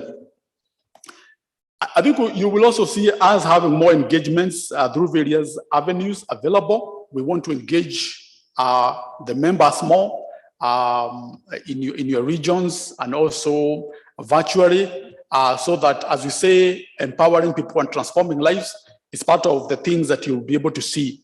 So that I think we are able to do that, and I know that is why you can see that in some of these places, probably the CEO and her team will need to be coming to the groups that you have in some areas, or coming to some meetings in some of these areas. I know the treasurer is even having a budget for buying a vehicle for the Sacco, and I think that would be able to help the CEO and her team to move with ease and ensure that it is easy for her to do the right thing when they need to have meetings with our members. So I think that will be coming in the budget, including the issues we have talked about on technology. So, and I think lastly is also, I'm not saying this as the last one because it is less important. I think it is very, very important. But also we really want to continue to invest in our staff, in our human resources, because they are critical to us. They are critical to what Kingdom Sacco is. And just reiterating what our patron guided us and saying the importance of the development of the people who serve our members, because our members will come with various requirements, various needs, and we need to be able to partner with them to be able to offer what is required. So as Kingdom Sacco, we will continue to this year give priority to staff development in a bit different way, in terms of training, in terms of empowerment of our managers, our leaders, to ensure that they can be able to be effective in solving the challenges of today. Because I can actually say that there are challenges we have today that were not there yesterday, and we need to have our team to be relevant to today's challenges and the future challenges. And while appreciating that the work they have done and they are doing well, they have been developing, they have been improving, and we continue to appreciate the team of our staff. And as a board, we know that this is an area that we continue to invest in this current year as we are going ahead. So I think those are the key areas that I wanted to mention as we look forward, and really want to appreciate everyone as a conclusion. Really appreciate our banking partners who are here, our investment partners who are here, our auditors, and may I take the opportunity to our auditors to just also, I know we, as our auditors, lost their lead partner, who was very well known to us, who passed away in 2022, and we really stood with you, and we really sympathize with that. And but then again, that is how life has to be. So thank you, auditors, for filling the gap immediately. We never felt any gap. You came in and stood what needed to be done, and we really appreciate you for that very good work. So thank you very much. I think we can now conclude this report. I will allow Ben to come and present the supervisory report. And after that, we can have comments around the supervisory report, the chairman's report, or the CEO's report, if there are any comments as we endorse those reports. So Ben, the floor is yours.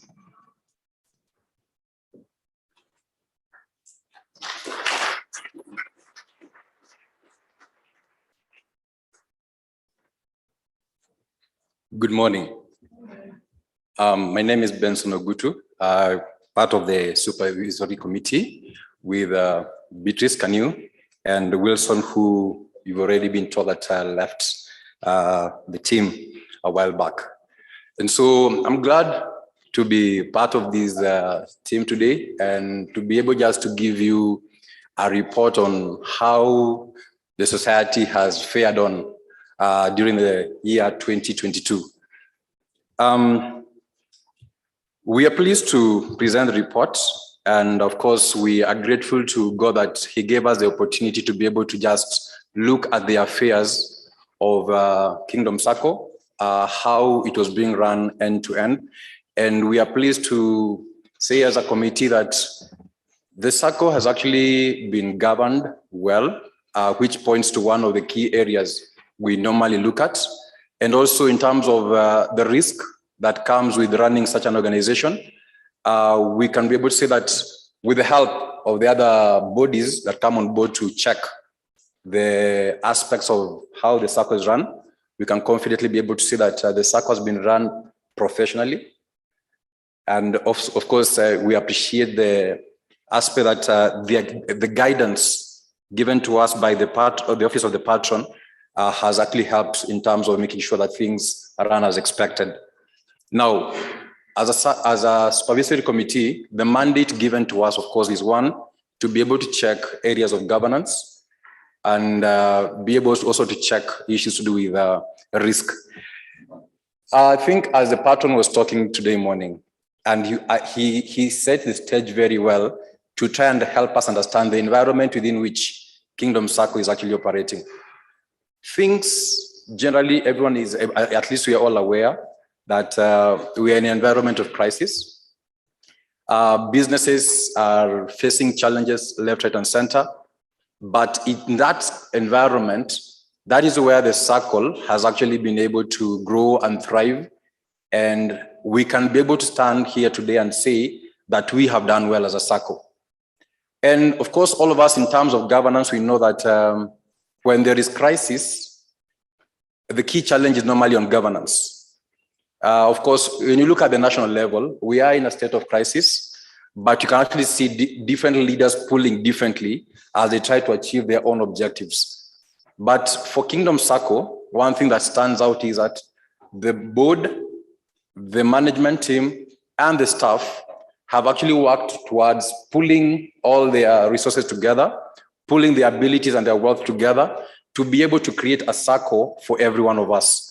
And so I think that is an area I would really like to commend Kingdom Sacco for, and say that in the midst of crisis, the management board has actually been able to pull in the management team and the staff to ensure that they work together.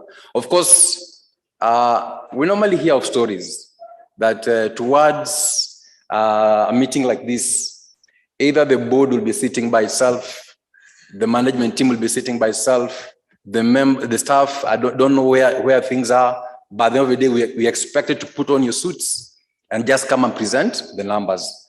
But I think with all the confidence that you bestowed upon us as a committee, we can actually say that the team, we have seen a team. We haven't seen individuals. We haven't seen different committees, but what we have seen confidently, we have seen a team working together. And so we want to actually encourage them more, that they should be able to carry that more into the year 2023.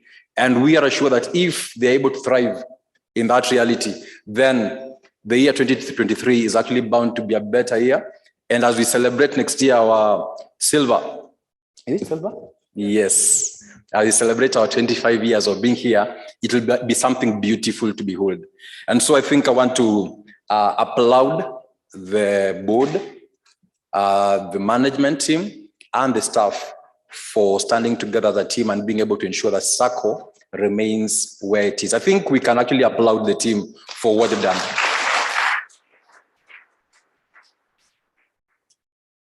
And of course, as a supervisory committee, they successfully launched the strategic plan. And one of the things we can assure the members is that as a committee, we are basically behind the board and the management team and staff to ensure they actually keep to what they committed. The beauty is for the strategic plan, they sat down, they looked at it and said, we can actually do this for the benefit of the society. And so I think as a committee, we are confident enough to be able to stand behind them and be able to check, and not only check, but be able to also offer our input into what they are doing. And so we applaud you for the plan that you've come up with, and we entrust you to be able to go ahead and be able to implement it successfully. When you talk about risks, because governance, of course, comes with risks. When you talk about risks, two things, of course, stand out from the Patron's speech in the morning. Number one, you had a lot of technology, and technology is the way to go. I think from where I sit, I've seen quite a number of people coming back to school with a keen interest on just trying to understand what IT is all about. Some organizations, academic organizations, actually in the process of trying to do a course called IT for non-IT. Why? Everyone, I am in accounting, I am in whatever sector, I want to have an idea of what IT does. And so as we as a Sacco, as we endeavor to invest heavily in technology, we are also aware of the risks that come with it. And I'm happy to have had the chair of the board say that next year's strategy there is a need to be able to invest heavily in cybersecurity and information systems. And of course, we appreciate our strategic partners in ensuring that we're able to deliver on this mandate. There is something the chairman said. We have the best mobile application. Question is this: how many of us as members have it on our phones? How many of us walk into the Sacco to be able to do transactions? Do you come because the mobile application is not working, or do you come because it's just one of the many applications you have on your phone? The only way we can be able to cannibalize some of these services is to be able to, we have to be the champions of this. So even as you entrust us to be able to check the board operations, to check the staff operations, we also have an opportunity as a committee to also check how well our members are actually consuming the products that this team is working hard to deliver. And so I think it is only prudent that as the board and the management team work on giving us better services in terms of technology, let us be the leaders of the team that's consuming this product. So I want to just urge us to take full advantage of the mobile application. And I remember, I think as the CEO was giving a speech, one of the things that came out was when she asks for feedback, she doesn't actually get the feedback that she needs. So I'd like to urge us that let us be at the forefront of giving feedback. Let us not be the people who, when you meet with the CEO, that's when you want to point a finger. No, let's give prompt feedback. And one of the things I know the CEO and the team is ready to do is to be able to actually work on that particular feedback very well. And so I think we applaud the Sacco for the investment that has gone into ensuring that the technology bit is taking up. And of course, we are keen as a committee to check the cybersecurity measures that are being put in place to ensure that everything is working end to end. I'll request you to allow me to just make a comment on the loan area, the loan book. As you have entrusted us to be able to check the operations of the Sacco, I'll request that you allow me also to just give feedback in terms of the loan book and say that I'd like to urge every one of us in our houses. It is important that we grow the loan book. People are able to take up the products that the Sacco or the society is offering. But also it is important for us as members to be able to do what? Repay. And the Sacco is open to the point where, can we sit down? Can we see what needs to be done? So that at least the product you took, how can we help you repay to the fullest? And so tomorrow, the members can actually stand here and say, oh, the board, the management team, you guys are not doing your stuff. We are going under and ABCD. But the reality of the matter is it is the same members who are taking up loans and not repaying. So in as much as we may want to check the actual operation, the day-to-day operations of the board, of the management team and the staff, we as members, we also have a responsibility in our houses to ensure and encourage our members to ensure that at least we make effort to pay. True, we are existing in an environmental crisis, but the beauty of Kingdom Sacco is that we are willing to actually sit down, talk, and agree on our way forward. And so I think to avert any risk that comes now from our members to the Sacco, I would like to request that let's play a pivotal role in helping all our members to achieve their goals, to do what they're supposed to do. No one should run away because of a loan. Because if someone runs away with a loan, you're basically running away with other people's monies. And so let us try and encourage each other in terms of that bit. I think that said, I would like to state the following, that one, the society is managed professionally and with high levels of integrity. I can say confidently that we have a very able team, the board, the management team, and the staff. I can also say that the society is financially sound and its liquidity ratio are way above regulators' benchmark and has capability to meet its financial obligations. Then I can also say that the financial resources of the members are well safeguarded. And I believe you'll actually get to hear this more when the different stakeholders will be coming up to be able to give you now the actual matters. The only thing I can give you is IT, but now when they give you the actual figures, you'll be able to hear that actually Sacco as the Kingdom Sacco as a society is financially safe and sound, and we are able to transact business in the year 2023 and beyond. I think that said, allow me to just take time to appreciate the office of the Patron for the continued spiritual guidance and the role the office plays in ensuring that the Sacco is well managed. I would like to appreciate the nominating team for the oversight they give and even the ability to just be able to hold hands and be able to work as one. Thanks to the board and the board committees, at least we've had an opportunity of sitting in the different board committees and listening to the type of interaction they're having, and we can say they are quite healthy. And you know, the beauty of a team is that you can disagree, but you're not enemies. And so there's a very rich discussion coming forth from the different committees that is making the Sacco very, very healthy. We also want to appreciate the management and staff of the society for the sacrifice and stewardship of the resources. Key word here being stewardship.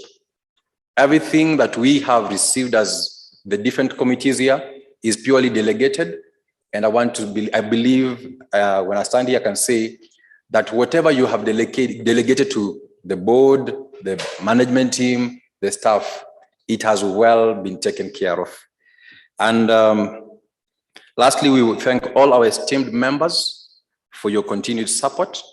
May God bless you and may God bless the society. Thank you very much.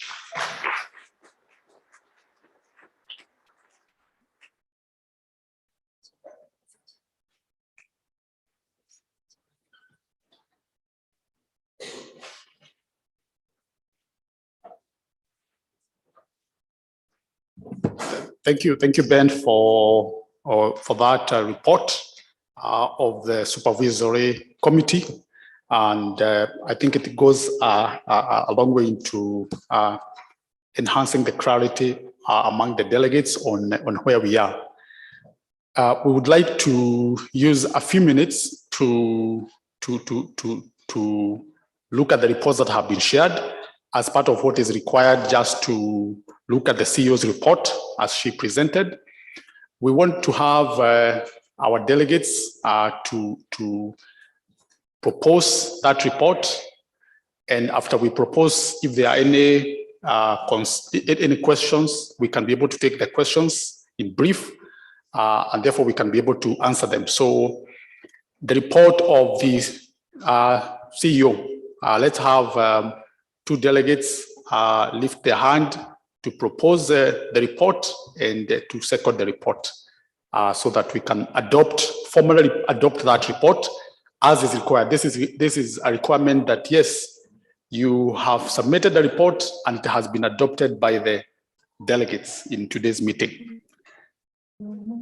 Yeah, delegates, there we go. Yes. I propose the CEO. Okay, sorry.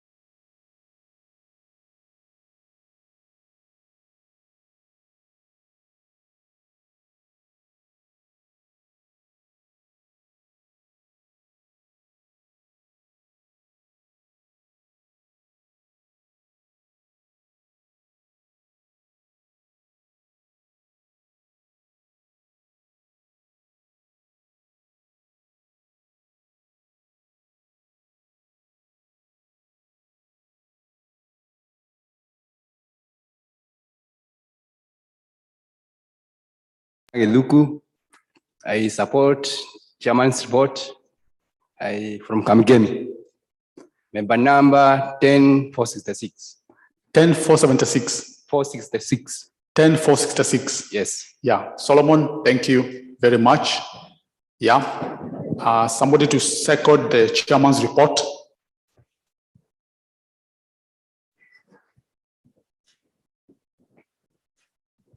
Yes.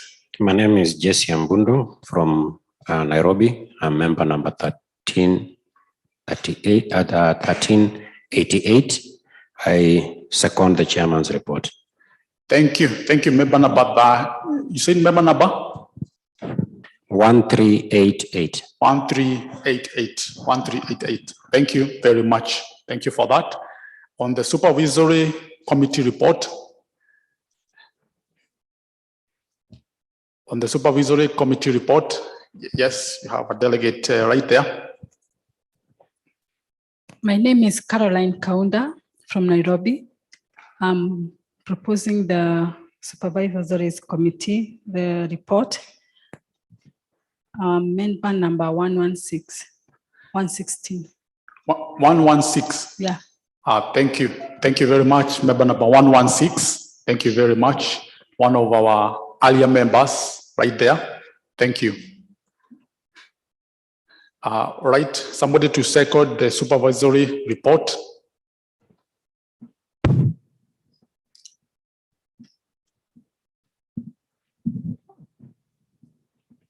I'm Gerard Rucha from Nairobi.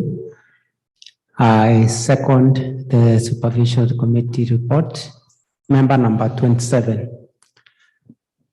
Thank you, Gerard Rucha. I think those were the members we were hearing about 1999. If you want 1999, then talk to Gerard. Thank you, Gerard, for that member number 27.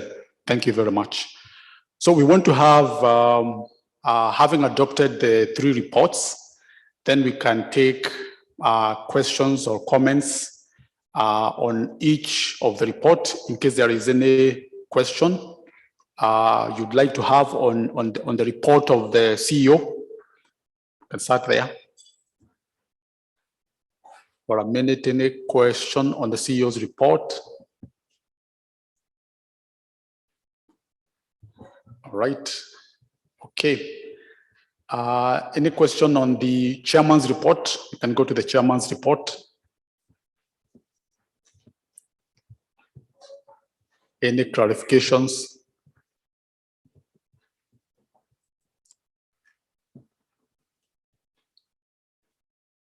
Okay. All right. Then on the supervisory report, any question?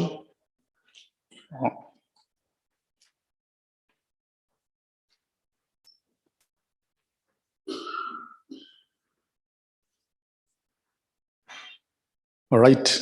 Okay. Thank you. Thank you. It looks like there are no questions on those 3 reports. Yeah. So we want to go straight into the next report where we look at we welcome our treasurer, Rose, to take us through the financial report. And after that, she will invite the auditors to take us through their audit opinion. And after that, she will take us through the budget so that we can continue with all those 3 items at the same time. So Rose, welcome.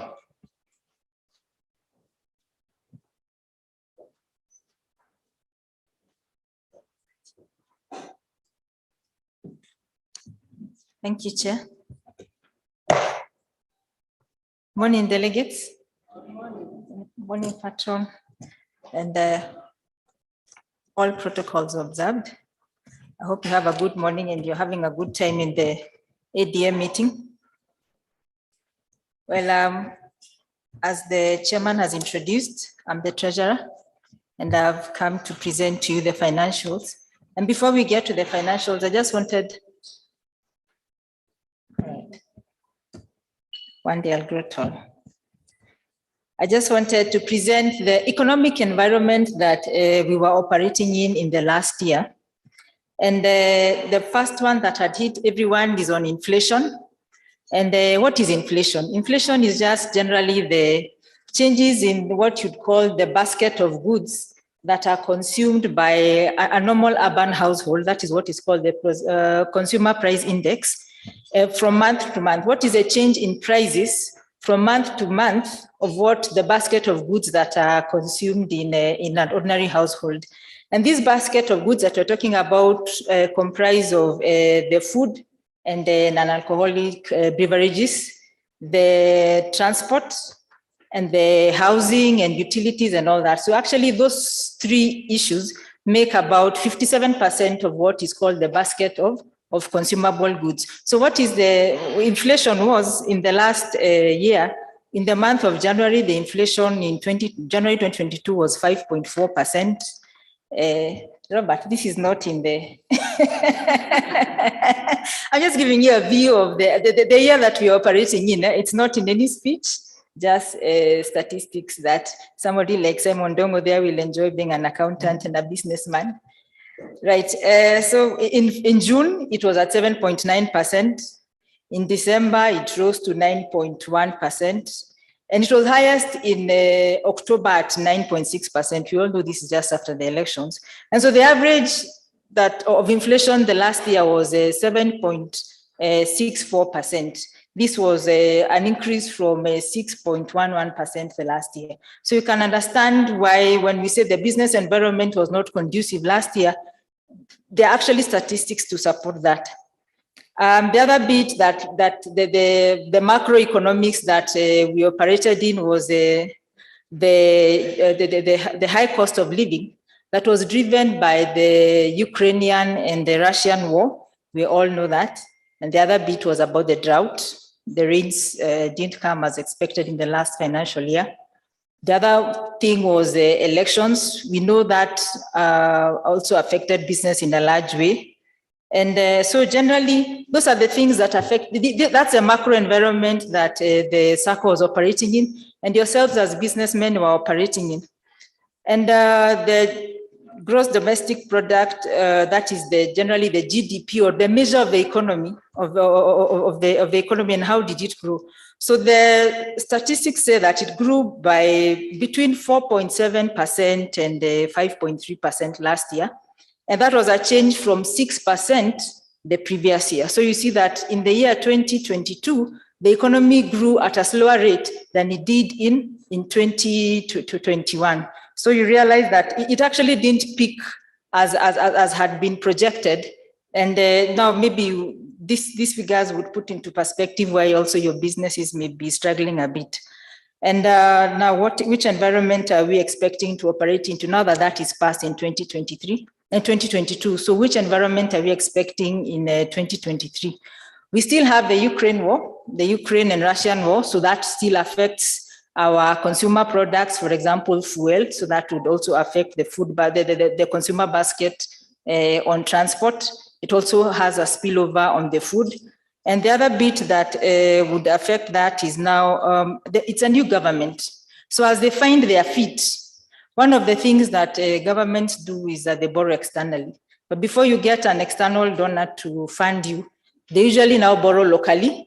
So you're going to find the treasury rates and the treasury bills are going to increase in the percentages. So those who would want to invest in the short term, that's something that we'll expect as the government finds their feet and are able to borrow. So we've already seen that the American government has given us some donation that may help ease on the dollar exchange rate. The dollar as of January 2023 was trading at 113 against the Kenya shilling. Now it's operating at 127.6. So you also see that, you see the dynamic also affecting the importers. The other bit is inflation, and the central bank was expecting inflation to rise to 7.5% this financial year. So as you go into businessmen, that is the environment that you're going to encounter. And the statistics, this is from the Kenya National Bureau, we're proposing that the industry which is going to actually have the biggest growth would be in the food industry, the service industry, the wholesale and retail industry would be what would contribute to the economic growth. The others that would contract or lead to the contracting of the economy is in agriculture. And I think that's largely because it's driven by the drought. And so even our exports are limited. And there's forestry and fishing, forestry and fishing, sorry. And there's mining and quarrying. So those are the areas in the businesses which would also contract. So that's the environment in 2023, and we've just looked at the environment that we were operating in 2022. Now let's get down to how did the Sacco perform in the year 2022. So we have our big booklets. Let's go to page 36. And for those people who don't really like figures like Jane Joroge, wesh, I'll not read all the figures as they are. So let's go to page 36. Statement of comprehensive income. So you can see there's an interest on loans and advances. In the year 2021, we had an income of 186,378,000. In the year 2022, our income was 201,776,000. And that growth is quite modest. And I think a lot of questions would be on how come the growth is this modest?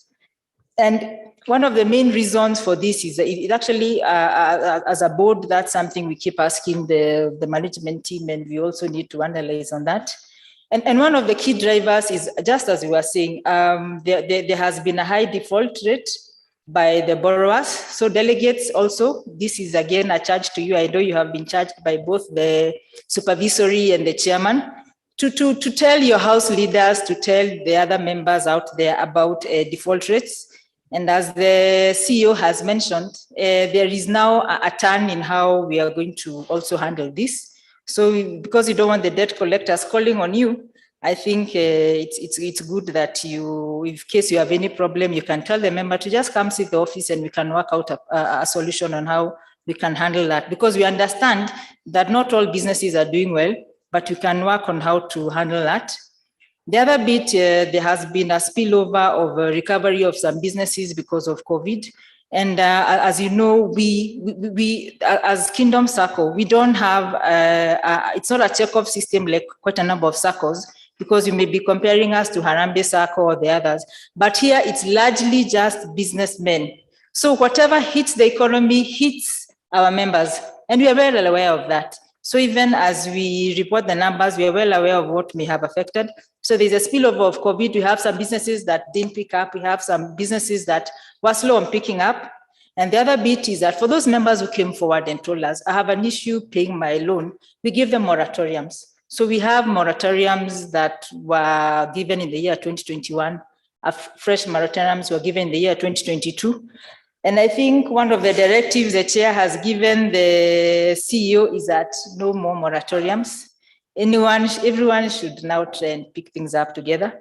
So we expect these figures to grow. We are going to give you the budget and on showing you on how these figures will grow.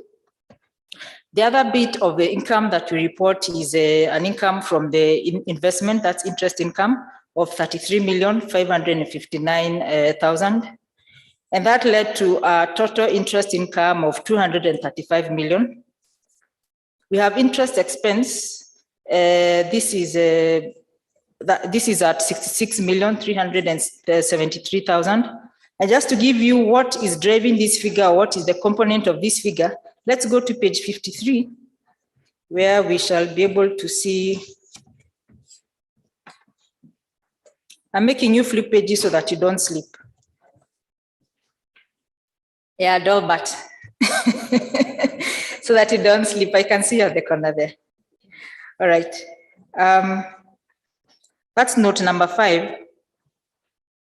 You can see the interest expense is the interest on members' deposits. That in the year 2022 is 64 million. That has increased from 58. So you can already start expecting some slight increase for your investment. And interest on renewable deposits, this is the ones on FOSA, that's at 1.6. There was the way it has reduced shows that there were lesser people who put their money in the FOSA from last year. So that's what has given rise to that figure we are calling interest expense. And then to continue, there is member-related income. There is that's 1 million in the year 2022. That's an increase from 2021, where it hadn't reached to 1 million. Then we have other income at 2.7 million. We have dividend income at 54 million. We have administrative expenses. That's at 54,853,000. And you can see what drives that. That's largely staff expenses. Let's go to page 54. If you go to our page 54, you'll be able to see the component of that figure. All those administrative expenses, the bulk of that would be what is called salary expenses. There is the salary, staff expenses, that's the salaries, the medical, the training costs, and the operating expenses just listed there as they are. Adding up to the 54 million, you're going to see that between 2021 and 2022, it's a very modest growth also in terms of the expenses. So they were quite stringent in controlling the costs. The other bit is on income tax expense. We pay our taxes as when they fall due. And there is a modest growth in terms of our net surplus for the year, from 46 million in the year 2021 to 49 million in the year 2022. Actually, the real figure before tax is 46 million in the year 2021 and 51 million and 35,000 in the year 2022. Then there's of course the income tax expense that is factored there. So that is the statement of comprehensive income. And let's turn the page to statement of the financial position.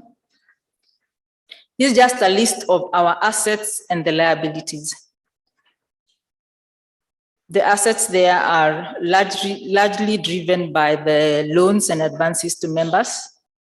You can see that figure there of 1.295 million. That's a growth by 15% from 2021 of 1.1146 in the year 2021. So if you turn to page 57, I just want you to have a look at the picture of the various products and how you patronize them. If you turn to page 57,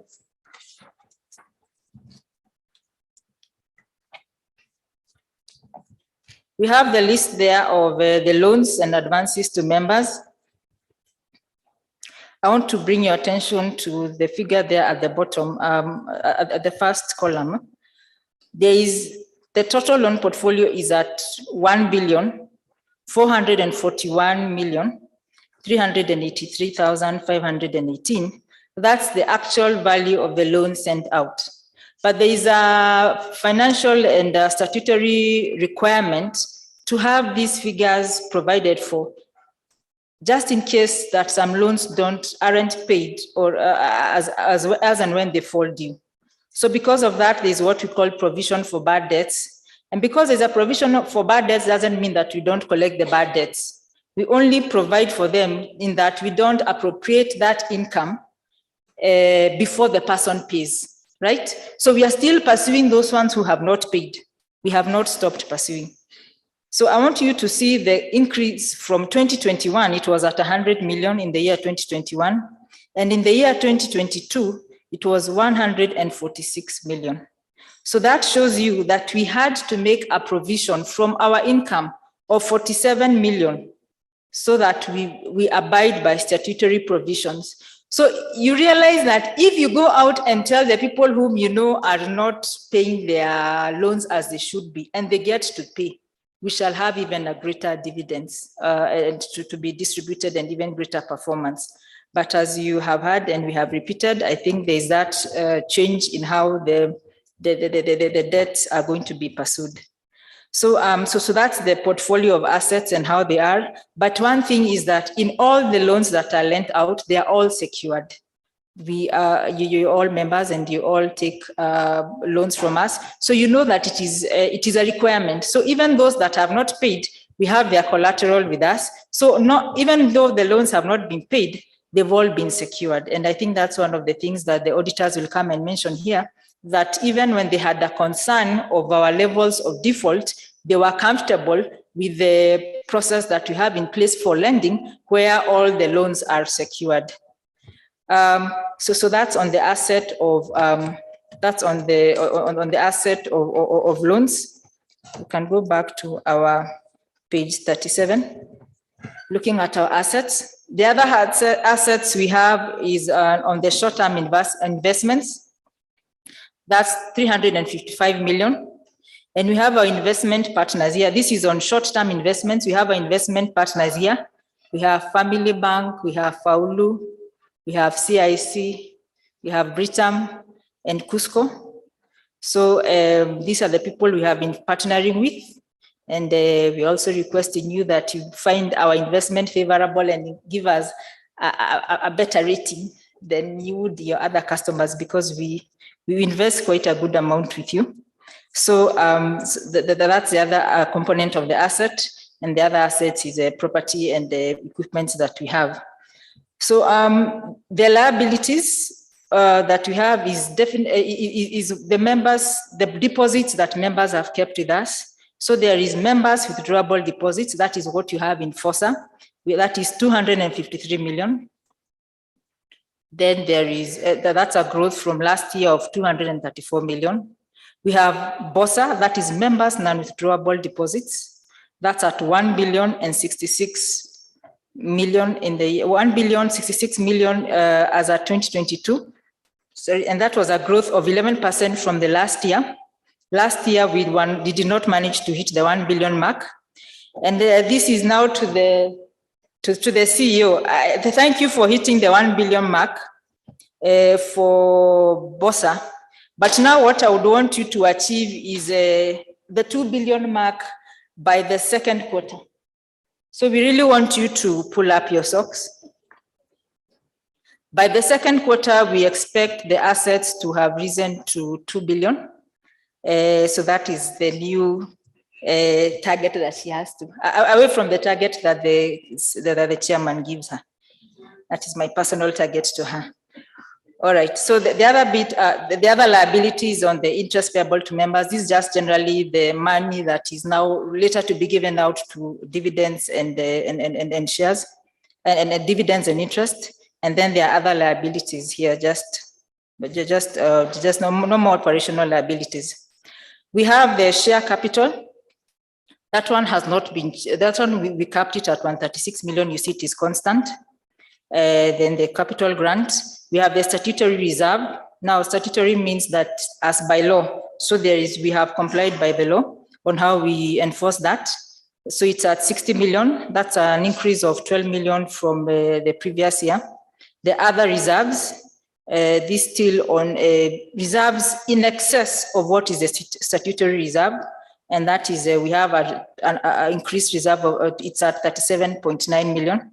We have revenue reserves. Revenue reserves is basically the compounded savings, the compounded savings on undistributed profits. So after distributing, this is now what is left. That is the revenue reserves at 182 million. So we have our asset base as 1.861 billion as at December 2022. The other page I want us to take to go to before I invite the auditors is on page 8. That is on statistics.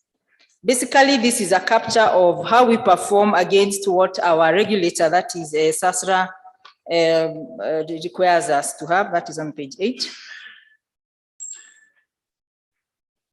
Number one is we have the membership there. We have the active and dormant, and we are really working. I know the operations team has been calling some of these people who have been dormant to come and activate their account. And some of you also come only to activate your accounts when you're getting shares. But we'd want to, with this channel, with the mobile banking channel as was launched, to make Sacco your primary bank. Now, I want to bring us to the key ratios, that is midway the page. And before we go there, just a number of employees there. We have, as you can see what the CEO mentioned, we have increased our employees by one. Some have left, others were onboarded. And unlike the Supreme Court, we only have two genders. We only recognize two genders, male and female. So we don't have an in-between, and we shall never accept an in-between, all right? So that has to be clearly there. Even I think the next time in our membership, we shall also place it there so that it is very clear that where we stand, right? So, okay, that's an aside. The key ratios there, as you will see, we have met and surpassed all the key ratios that are demanded of us, save one, which we shall, has already been pointed. There's a core capital to assets. Our present standing is at 19.35%, that's in the year 2022. And the basic requirement is at 10%.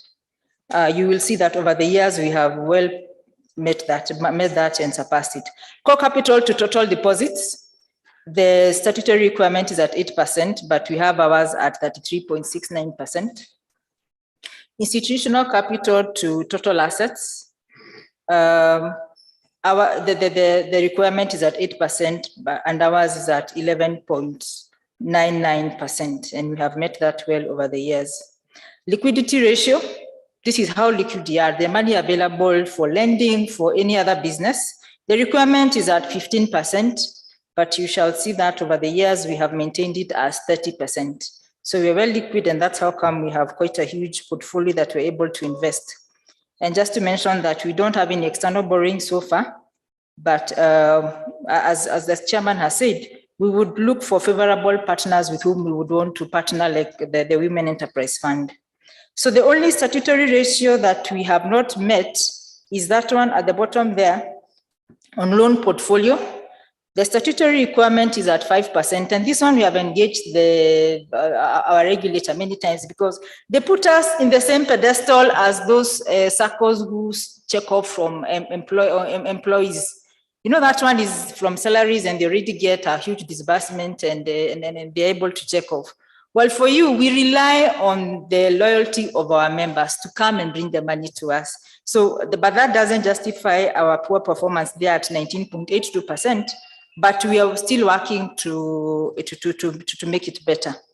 So that is the only ratio which we have not met, but we are working towards meeting. So with those few remarks, I want to invite Henry Smith and Wilson to come and make the presentation. So karibu, Edward.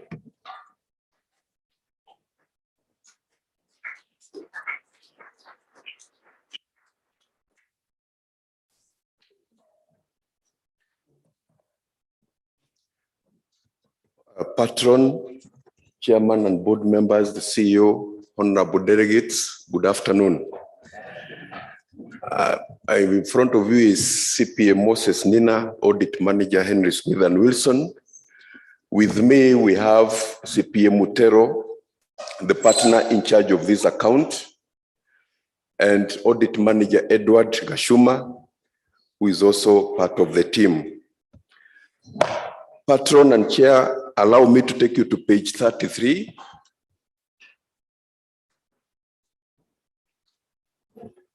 For the report that we have for the Sacco. We have audited the accompanying financial statements of Kingdom Sacco Society Limited, set out on pages 36 to 61, which comprise the statement of financial position as at 31st December 2022, and the statement of comprehensive income, statement of changes in equity, and statement of cash flow for the period then ended, and a summary of the significant accounting policies and other explanatory notes. In our opinion, the financial statements give a true and fair view of the state of the society's affairs. As at 31st December 2022, the results of its operations and cash flows for the period then ended in accordance with international financial reporting standards and the requirements of the Kenya Societies Act. However, as we were making our basis of the opinion, we had two key audit matters, and it is good that the treasurer and the previous reports have indicated on that. And I draw your attention to page 34 and the issues that we highlighted as key audit matter or a matter of concern is one, the non-performing loans. We felt as much as the securities and the loans have been properly secured, we felt it was quite high at 19.8%. That one, honorable delegates, for information, is the one that reduces or somehow puts a cap on the potential of the Sacco and how much the members are able to earn at the end of the year. The other one we put was information technology. The reason being we are depending on the IT system, and we are happy about the controls and the system that has been set for the control of that. I draw your attention to page 35 in conclusion, where we are seeing the report on other requirements. And we say, as required by the Sacco Societies Act, the Sacco is being run and operated as per the law, and we are comfortable and confident about that in the provision, in accordance with the provision of the Kenya Cooperative Societies Act, and the objectives and the bylaws and all the other resolutions made by the Saccos at the previous general meetings. So this report is signed by CPA Wilson Butero. Thank you so much.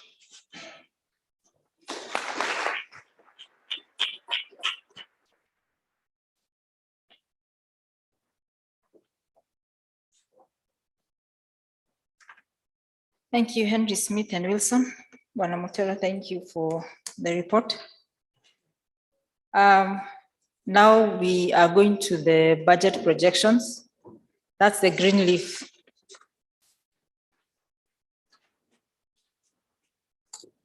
You'll see this time it's formatted a bit different from the last time. We have incorporated a comment from one of the delegates in the last delegate meeting, where they say they want to see the actual and the budgeted for the year that was, and then now the budget. So we have that for both the income and the capex. All right, you all there? All right, so you will see the actual income is as reported at 201 million, and the budget was at 251 million. That was the budget that the target that we had given the team, and the reasons is, as we had already earlier mentioned, is we took quite a number of moratoriums, and there were a lot of unpaid debts which are being pursued. So that actually led to that having not met the target. But in the year 2023, what we have done is we have now put the target a bit higher. And as the team puts measures into recovery and also into going out more to sell out more loans, and put and has given a 60% growth to have the budget at 322,500,000. Interest income on liquid investments, what was achieved in the year 2022 was 33,555,000. That's against a target of 30 million. You see, in that aspect, they surpassed their target. In the year 2023, we have given them an increase in that deliverable of 20% to make it at 40,923,000. I want to recognize the presence of Wamboi from the Ruiru County. Karibu. Let's proceed. The other is on the interest expense on non-withdrawable deposits. The actual that we gave out or that we are giving out in the year 2022 was 64 million. We had budgeted to give out 68 million in the year 2022. But we're giving 64.7 million. And in the year 2023, we are actually budgeting and projecting great things. So we have projected the expense at 108 million. and to increase to 136 million in the year 2024. The interest on withdrawable deposits was at 1.6 million in the year 2022 against a budget expense of 3 million. What that means is that people saved less. Actually, people saved less in their FOSA in the year 2022. And so we have now grown that to 1.9 million, expecting to pay out 1.9 million in the year 2023 and 2.4 million in the year 2024. Other operating incomes, we've put them at $1 million, or rather we hit at $1 million in the year 2022, but we are hoping to increase that to 2.6 million in the year 2023 and 3.2 in the year 2024. The other incomes was at 2.8 million in the year 2022 against a target of 3 million. Now this would be what we call, this together with the other operating incomes is the money that you pay for transacting over the counter, the charges that you get hit on at when you deposit under the pay bill and all that. So those are the incomes that we call other operating incomes and other incomes. Then the projected the projected income for other incomes in the year 2023 is at 4.1 million. So in the year 2022, as has been reported, we achieved 172,853,505 as our income against a budget of 218,997,339. The projected income for the year 2023, which is a 50% increase from what we achieved in the year 2022, is 259,478,462. The administrative expenses, you will see just the same way we did not meet the budgetary income. There was a slash in the spending also. You will notice that there is no expenditure line that exceeded the budget. Other than, so there is the administrative expenses. It was at 23 million. The budget was at 32. We are projecting that to get to 38,242,000 in the year 2023. The depreciation expense is 9.5, and actually, as just for accounting, just to explain to you this accounting practice, this is just a provision. This is actually not an expenditure. This is just a provision for replacement of assets. Governance expenses, the actual expenditure was worth 4.6 million. The budget was 6.4, so there was that underspending by almost 2 million thereabout. But the expected expense in the year 2023 is 7,778,000 and 9.3 in the year 2024. Business development costs was 5.2 million. That's the actual expenditure in the year 2022 against a target of 7.8. They underspent in that aspect. But you'll see there is that steep jump in the year 2023 of 10.7 million. And just as the CEO had mentioned, is that you're going to see us now getting to meet you in your groups more.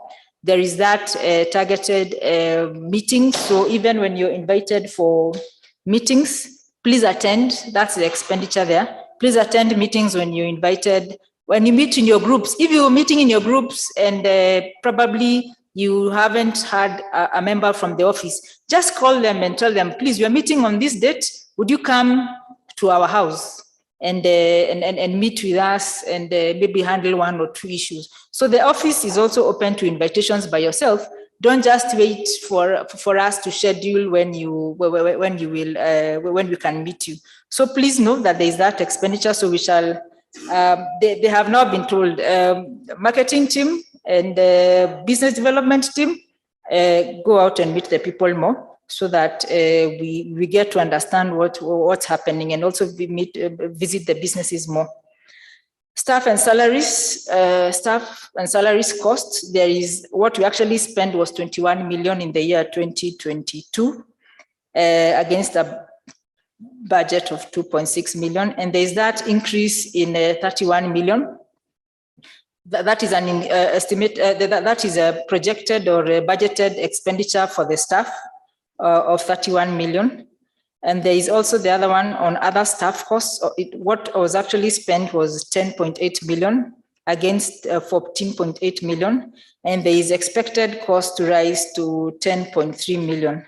Now, among this, in the expected cost, you see it's other staff costs. You may be aware, for those of you who are employers, that the government has increased some of the statutory deductions like NHIF and all that.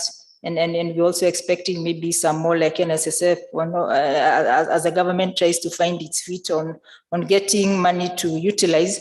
So we are factoring those costs here, that there may be that increase in what the Sacco may be expected as statutory deductions. And so those are the other staff costs that we have factored there. But as we said, and you have seen that if we don't hit the income levels that we have budgeted, we also are careful not to spend on as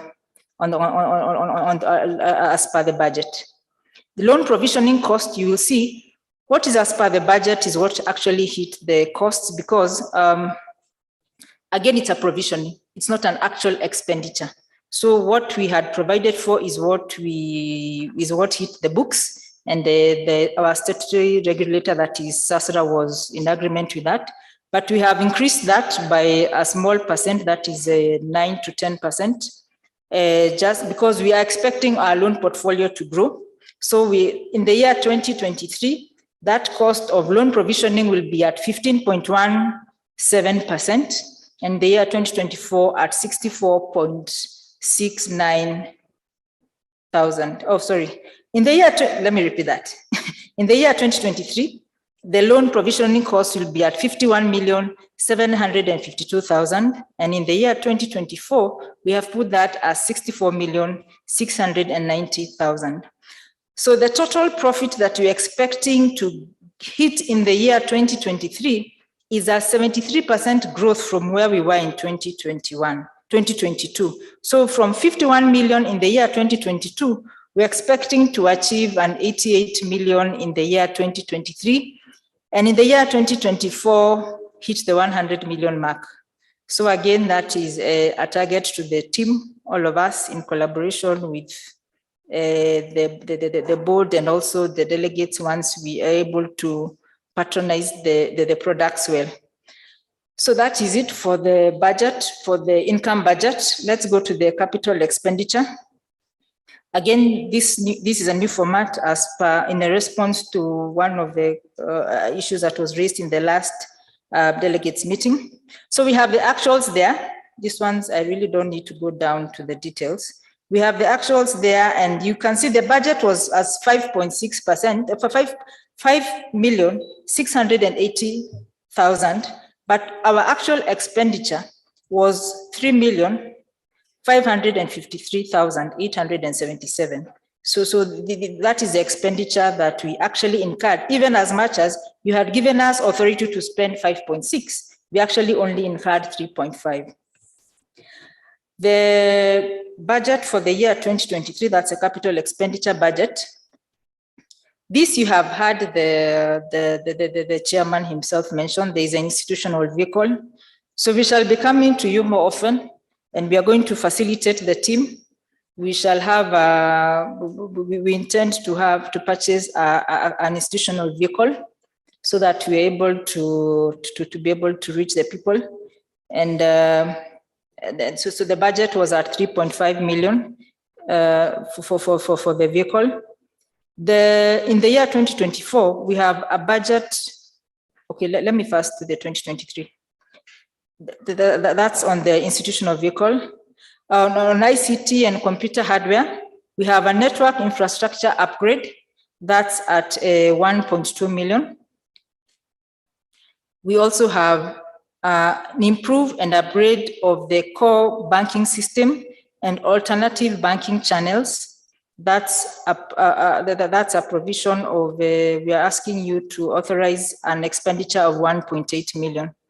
On this, I think we have emphasized again about the increase when we are going to technology as the enabler of service delivery. We also have to ensure that it is secure. So I think these are some of the things that we have got from our ICT teams to ensure that they continue securing the channels so that we don't have any infiltration or our money is secure. I think one of the things that I want to tell the ICT team that they should also consider, this is from one of the elderly members who we have. She said she wouldn't want to be putting, she has the mobile app, but she wouldn't want to be putting her password every time. She wants to use her thumbprint. So the ICT team, that's a challenge to you. Also consider in this upgrade, I don't know whether you'd be able to upgrade to that level that fast, but it's possible. Where you, instead of putting the password, you consider using the thumb or even the eyes. Nowadays, even people use the eyes. All right. That's on software. Again, you have seen over time, we have worked on improving the mobile banking application. You have seen that we have had a consistent expenditure on that. In the year 2022, we spent 1.5 million. In the year 2023, we have put a budget of 500,000. That's on an upgrade. On API integrations, in the year 2023, we are requesting to spend some 800,000 on that. Cyber security platform, that's enforcing on that platform. We are looking to spend in the region of 500,000. This is the other bit still on ICT. You shall notice the bulk of this expenditure is on ICT. Data analytics platform. Yes, data analytics platform. Yes, that's 500,000. So you're able to see that we are really actually focused on spending in a capital nature, both capital and also on revenue on the ICT, because we want to secure our systems. This is on the branches, we have an expenditure on of about 1 million. The Nakuru and Naivasha offices, let's see the Nakuru and Naivasha delegates. Are we well represented here?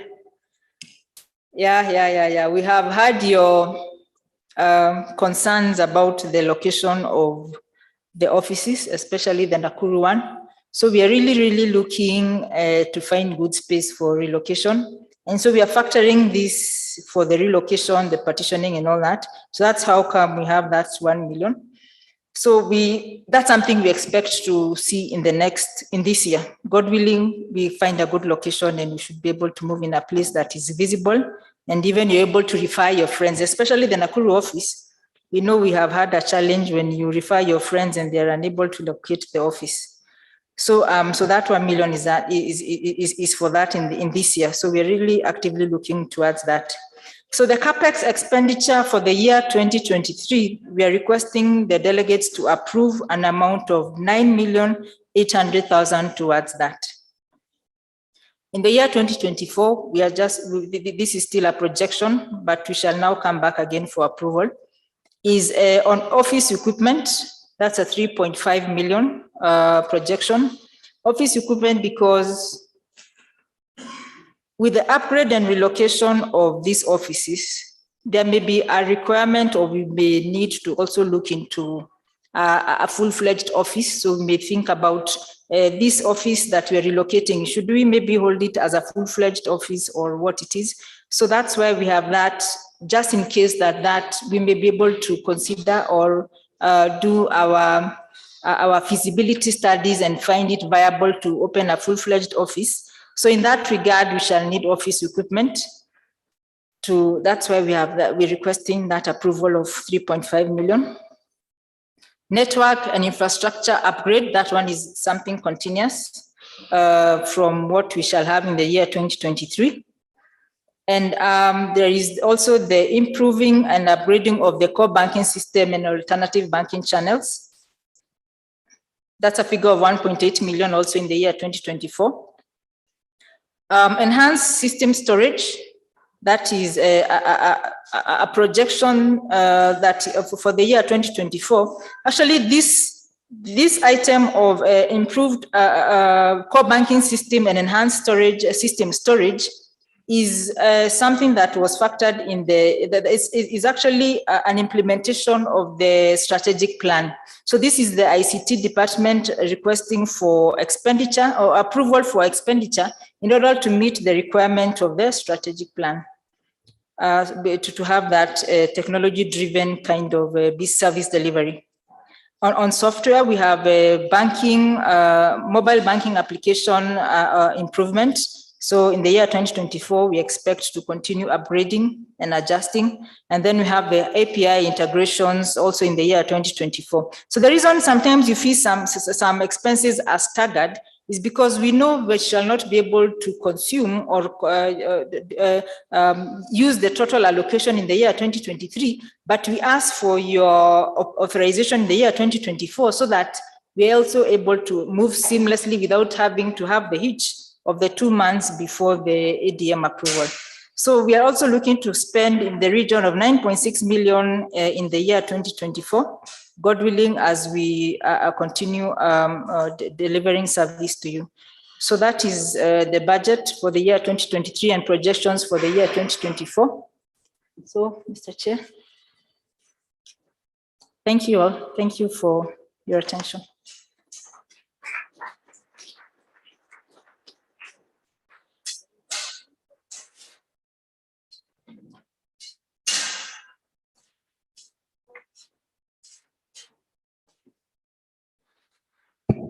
Yeah, thank you. Thank you, Rose, our treasurer, for those key presentations. I think she's taken us through very well the figures, and I'm sure even those who don't like figures a bit, now they have understood a couple of those numbers, and they can explain a few things about our performance. So I think before we go to the other agenda, we can adopt the financial report and also the budget. So I want to request that we give proposal for the financial report that has been submitted together with the audit opinion that has properly been given by our auditors. So delegates, we need to request that we propose the financial report to be adopted.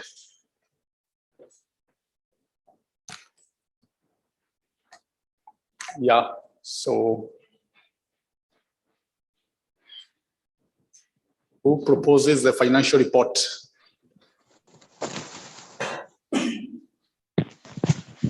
Yes, my sister there.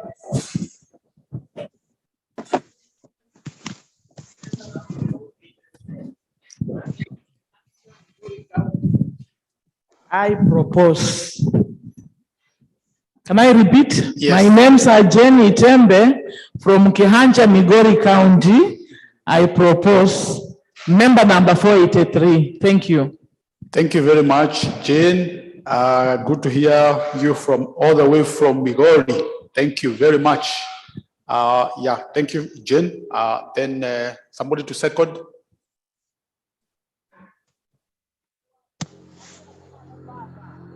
The financial report.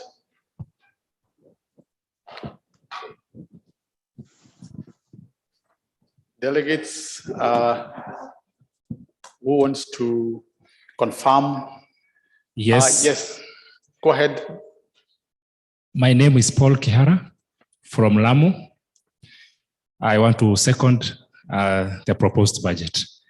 Member number 102-5740. Thank you, Kihara. Thank you, Kihara, for confirming the financial report.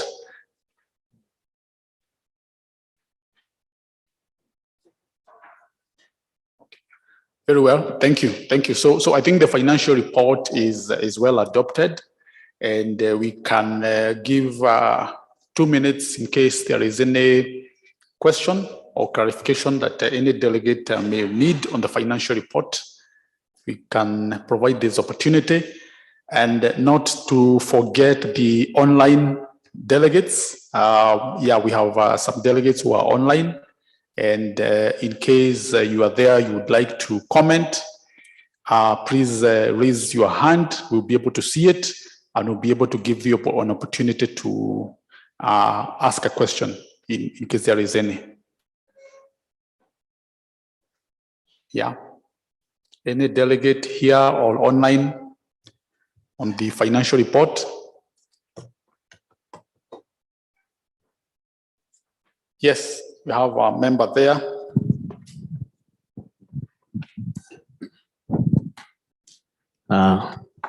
Thank you very much. I don't know whether I should stand or it's okay.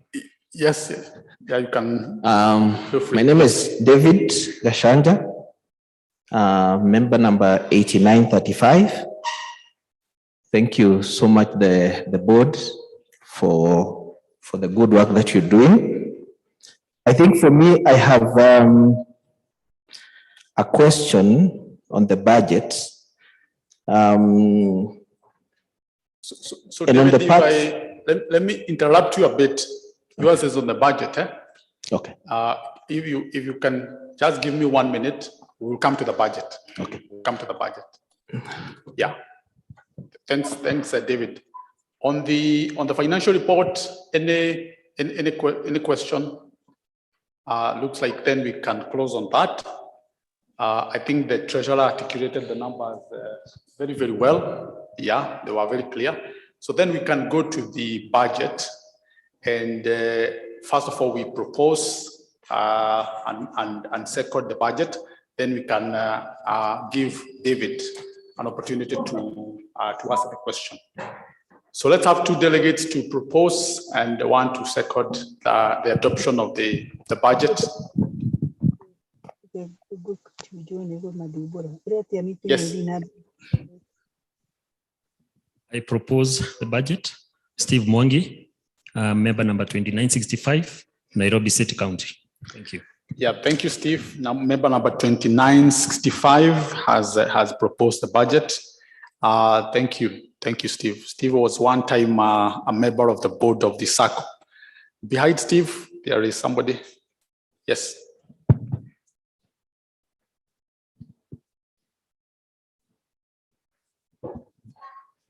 My name is Hebron Maganga. I'm coming from Taita. And member number 110-16-418. I second. Just repeat the member number, Hebron. 1016418. Okay, thank you. Thank you, Hebron. Thank you for confirming the budget. So the budget is well adopted for today. And I think now, David, now you can come in with your question. And sorry for interrupting you in the middle of the question. It's okay. And sorry I had not taken note that we have not gone to this level. Sorry. Yes. I think for me is, as I was saying, is to thank the board and the management for the good work that you're doing. I wanted to ask a question on business development costs. And I can see the budget for 2022 was at 7.8 against an actual of 5.22. And we are projecting to have a budget for 2023 at 10.7.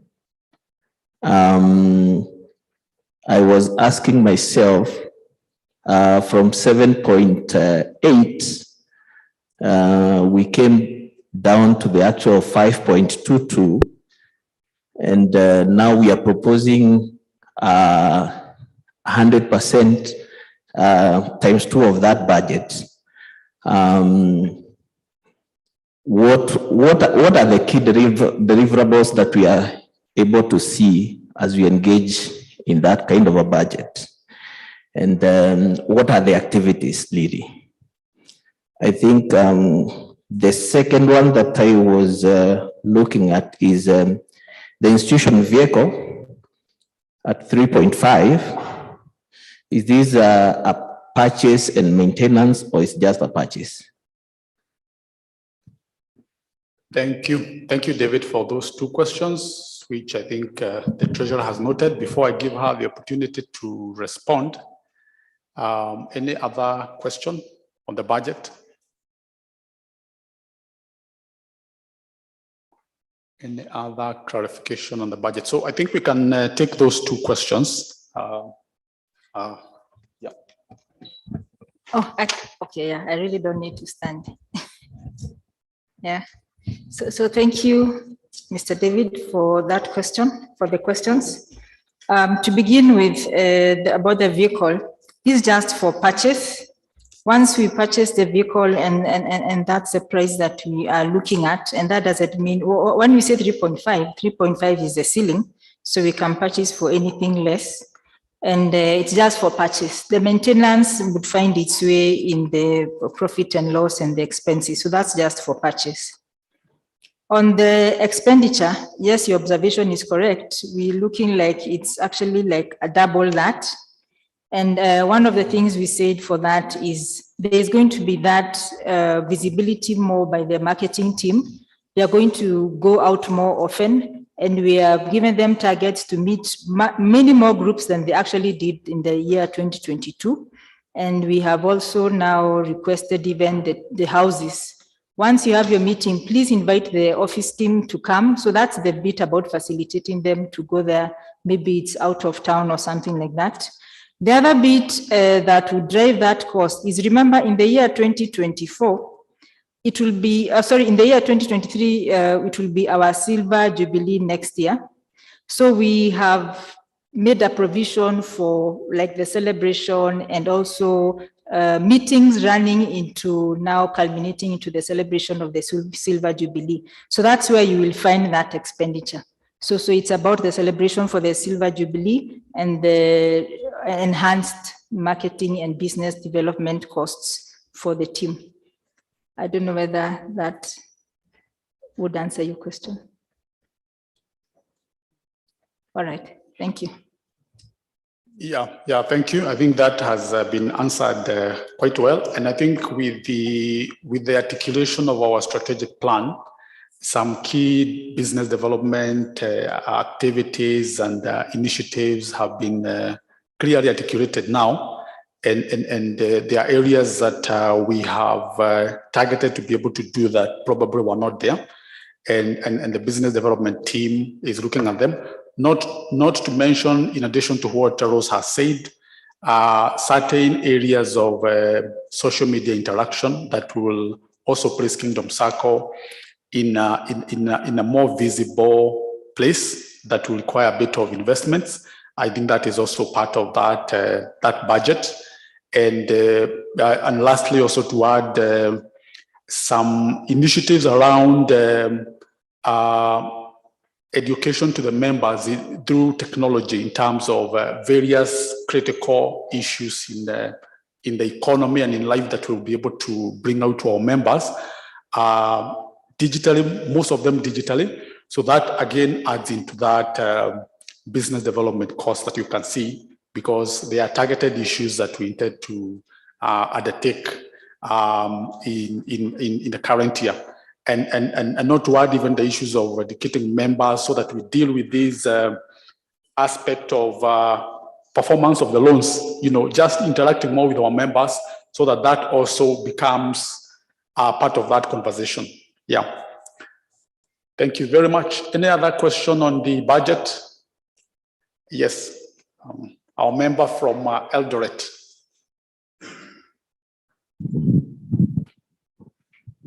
Thank you very much for giving me the opportunity to ask a question.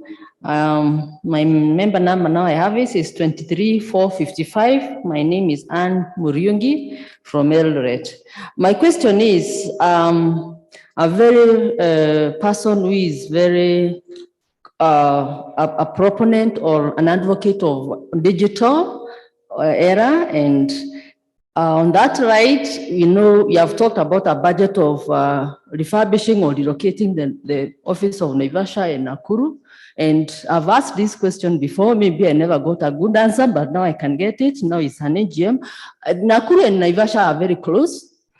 And if you are cutting the expenditure so that the members can enjoy proper dividends, why can't Naivasha and Nakuru be merged into one, or become digital just like the other areas like Eldoret where we have no physical office, just to cut on expenditure? I want to add, maybe there's something I don't know, why Naivasha and Nakuru has to have a physical office. I can get this answer. And but my view is that we can go digital and can have officeless. I mean, you can have just like we have other areas so that you can cut on expenditure. That's my question. Thank you. Yeah. Thank you. I think I'll take that question. And thank you, Anne, for asking that question. And I'm happy that it's somebody from Eldoret who is already operating with on digital platform. Now, I think it's not that Nakuru and Naivasha are special in any way. The strategy we have is on the areas where we are operating, we will maintain some physical presence, but that physical presence, even when you look at the budget, is an office where it is a liaison place. It is not a place where you come and do all the transactions, all banking transactions. This is basically a liaison office. And from our observations, we have seen that even as we go digital, it is good to maintain some level of presence in the various locations. This presence may not be, big like you. Today, if the people who are here from banks will tell you that today, if you are to put a branch that accommodates all the services required, you require the range of 20 million and that, or things like that, 15, 20 million for a small branch. But for us, we've opted to do it this way, to have an office set up where we still have a lot of our members in various places who still want to make an inquiry and would want to have some level of presence. They want some level of presence and discussion, and even explain that digital approach that we already have. So the way we have done is to do it in a simplified manner, so that we don't invest a lot in the brick and mortar in a lot of physical branches, but we do a branch that is cost effective, and I need not call it a branch, so that we address those people who are able to feel like, I think a physical presence is important. So we still feel that Nakuru, Naivasha, Mombasa, that presence is important. And I think the costs that we are incurring are not prohibitive to make us feel that they are not necessary. So basically that's how we have looked at it. We will continue to invest more in digital, but we will, on some strategic areas, there will be some level of presence. And that level of presence will be very strategic and will ensure that we don't incur very heavy costs. As I finish on that, one of the things that some research has established in the banking space, some people have looked at it, is that people don't want to transact in the branches per se. That is not what people want. People want to transact where they are, at their homes and everywhere, but they still want some level of personalized interaction in a particular way. So those places are there just to help us to coordinate certain activities, but not for transactional purposes. We are not, the branches we are operating are not for transactional purposes, but to facilitate certain minimum. It's almost like some of them will be sales centers and relationship management centers, managing our members in those regions, but not for transacting in those particular areas. So I think that's the answer that I would give with regard to that question. Yeah, so Nakuru, Naivasha will still maintain some level of presence, and but in that strategic way that we have established from by ourselves. Yeah. So thank you for that. I think we are done with that, and I hope we have tackled the question correct to your satisfaction. Confirmation there is no person online with a question. Then we can go to the next agenda item, which is resolutions. I think we have this paper. If you can pick this paper, You can quickly go through the resolutions.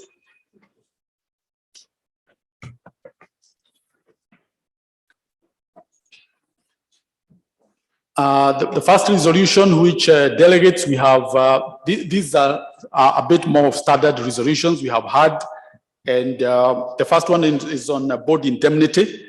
The board recommends indemnity by each member of the board of Kenya shillings 500,000. And just to explain in brief is, this is a requirement of the law that every member of the board should commit to a certain amount of money in terms of if we act negligently within our roles, that we need to be able to compensate the society to the tune of what we have provided indemnity on. So as Kingdom Sacco, we've always had the figure of 150,000 for a while, but we have sought to increase it to 500,000. I think even in the last ADM, if I remember, I think one of the questions was that, and we are part of it is seeking to deal with one of the matters that came up in the last ADM, and we feel that 500,000 is a fair amount to deal with at this point in time. So we want to ask for a proposer and a seconder for this. These ones we have to approve them individually. There are 4 of them. So if we can do it, that would really help. Yeah, Mr. Kahoro.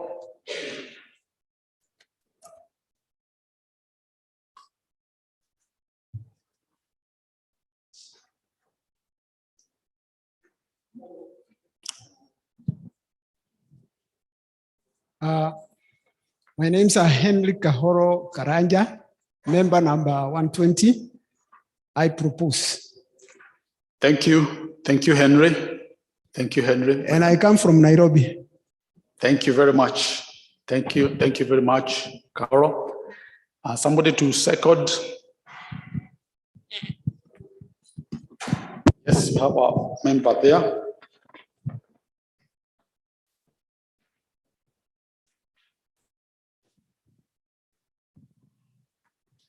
My name is Esther Hagadoni from Naivasha, and I second. Member number? 575. 575. Thank you, Gadoni. Member number 575. Thank you very much on the issue of the indemnity. The other one is borrowing powers, where we should not go to borrow money from as a society without an approval from the annual delegates meeting. So we usually get your approval to do that. Currently, we have no borrowing with any financial institution. So we have not utilized the borrowing, but in the event that the board feels that we need to take that action, we have a resolution for you allowing us to do the borrowing for the operations. So the board recommends approval of a resolution providing that external borrowing by Kingdom Sacco shall not exceed 25% of the society's total assets unless the limit has been waived by the Sacco Society's regulatory authority. This limit is and shall remain consistent with the provision of the Sacco Society's regulation on external borrowing for deposit-taking SACCOs. So we'd like your approval on this so that if the need comes, we will not require to call for an ADM to do that, but we will be able to use that to go ahead and do and have the borrowing. But as I've said, we currently do not have a borrowing, and in our financial projections for the 1 year, on the face of it, we don't have that need. Yeah. So let's have 2 delegates to propose and second. Yeah.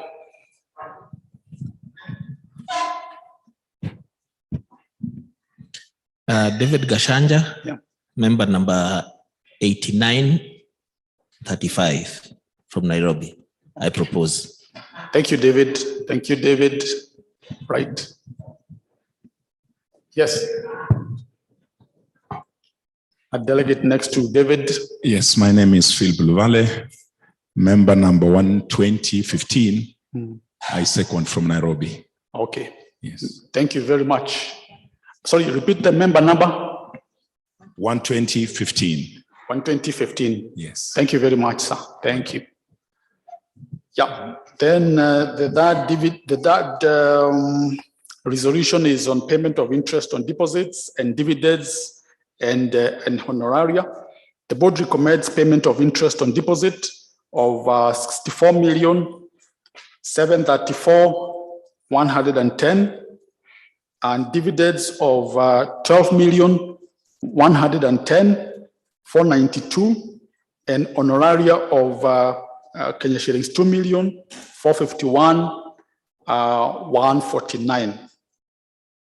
Yeah, so this is the interest that you usually paid to the members on your BOSA deposits after the annual delegates meeting.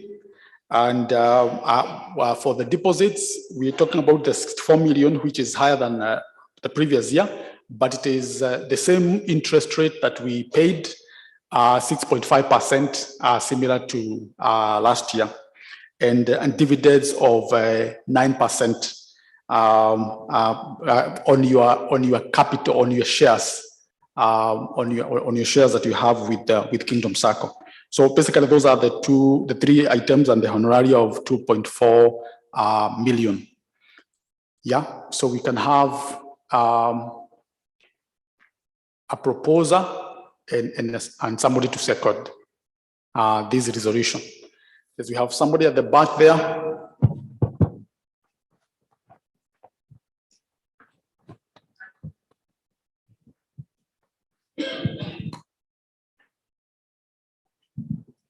My name is Mark Macau, member number 9045 from Nairobi.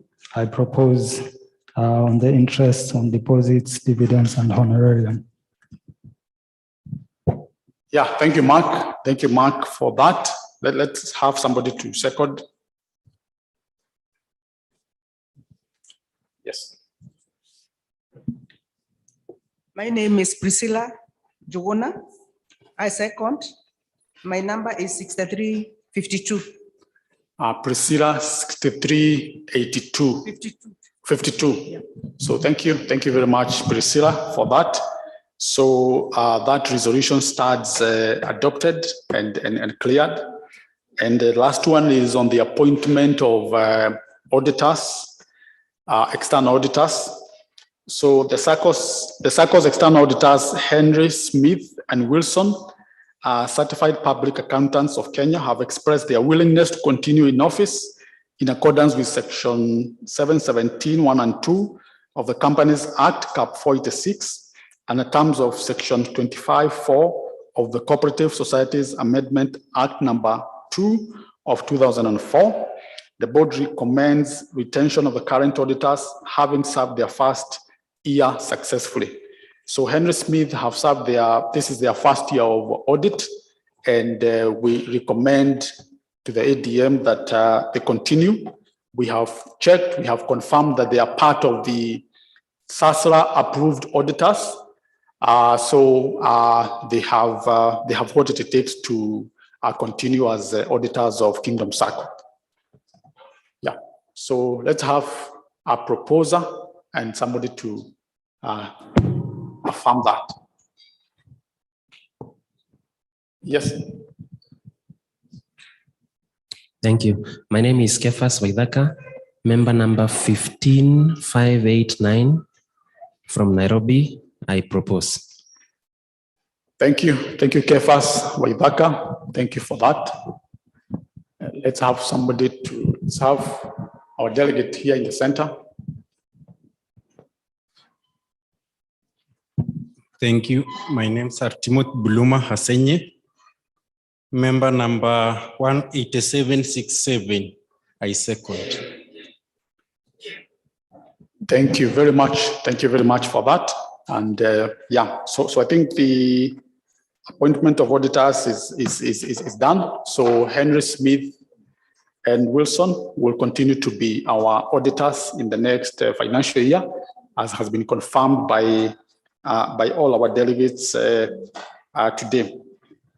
Yeah, so I think we want to go to the next item of the agenda.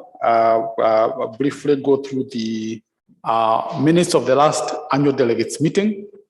Just to go through, I will invite our secretary, Magdalene, to take us through that.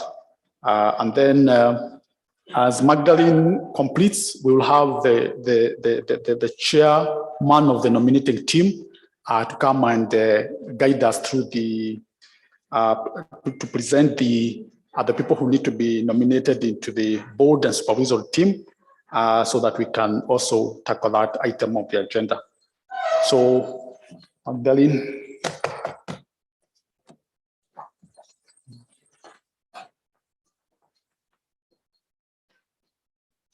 Yes, good afternoon, delegates. We are happy as we continue, so I believe you're also engaged. I will not read through the minutes. I know it's a requirement, but you have them in the booklet as they have been presented. And I want us just to go through them so that you just go through and then we will confirm, because that is our responsibility and our requirement. So these are the minutes of the 23rd annual delegates meeting. They are starting from page 21, which was held on 5th of March at Empower House in Nairobi. We had the members of the board who are present, the supervisory in attendance, and also displayed there is the agenda. We had the preliminaries in page 22, and then we began with the first minute, which covers the patron statement given to us ably. We also then have the minute number 2, which talked about the CEO's statement on report that was included in the booklet. The CEO gave a highlight of the performance of the Sacco in 2021, the business development in page 23, the business development and growth. We had the focus on information and communication and technology, human resources, and then also gave us the strategic direction, which was to be undertaken by the Sacco in 2022. And she finally gave appreciation. We had that report proposed and seconded as required. Minute number 3 was on the supervisory report that was given by the chairman of the committee then, that was Mr. Wilson Kifadhi, who gave us an affirmation of the operations of the Sacco in terms of the corporate governance and management and administration, also the risks and the compliance that evaluation they had undertaken, and the performance of the whole Sacco, and according to their opinion, our operations. And then the report was also proposed and seconded. Minute number 4, we had the report of the chairman highlighting on the operations environment of the 2021, and then the financial performance of the Sacco in the year. He talks about also the corporate governance, and went ahead to tell us the members of the board, the then board who are retiring, and give their names, and we have them there in page 25. And then also those ones who are retiring, and then finally give the strategic focus for 2022. The report was equally proposed and seconded. Minute number 5 of the ADM covered the treasurer's report, who gave us the Kenya economic performance of the year 2021, and the drivers and effectors of how even we performed. She gave a highlight of the performance of the Sacco, and also invited the auditors to come and give their report. The then auditors were the Ronald LLP, who gave their unqualified report for the Sacco's performance. The report was adopted and discussed. There were a few questions there raised. The members raised a few questions regarding the share capital, and then questions on also the charges, that the mobile charges, and other questions which were not addressed there were well elaborated in the newsletter that followed the meeting after the ADM. So the minute number 6 was on the presentation of the budget and the budget for 2022 and the projection of the budget for 2023. The treasurer presented this budget, which was for approval by the ADM, both the operations and also the capital budget.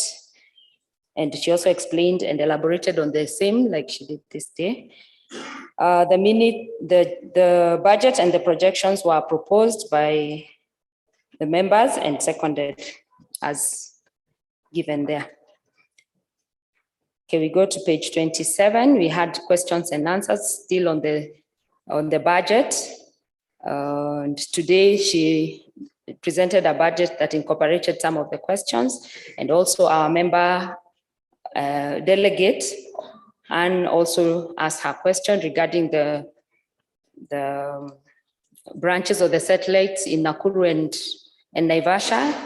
And I believe now the question has been well addressed. It was the only matter arising according to this minute. So minute number 7, which involved the resolutions.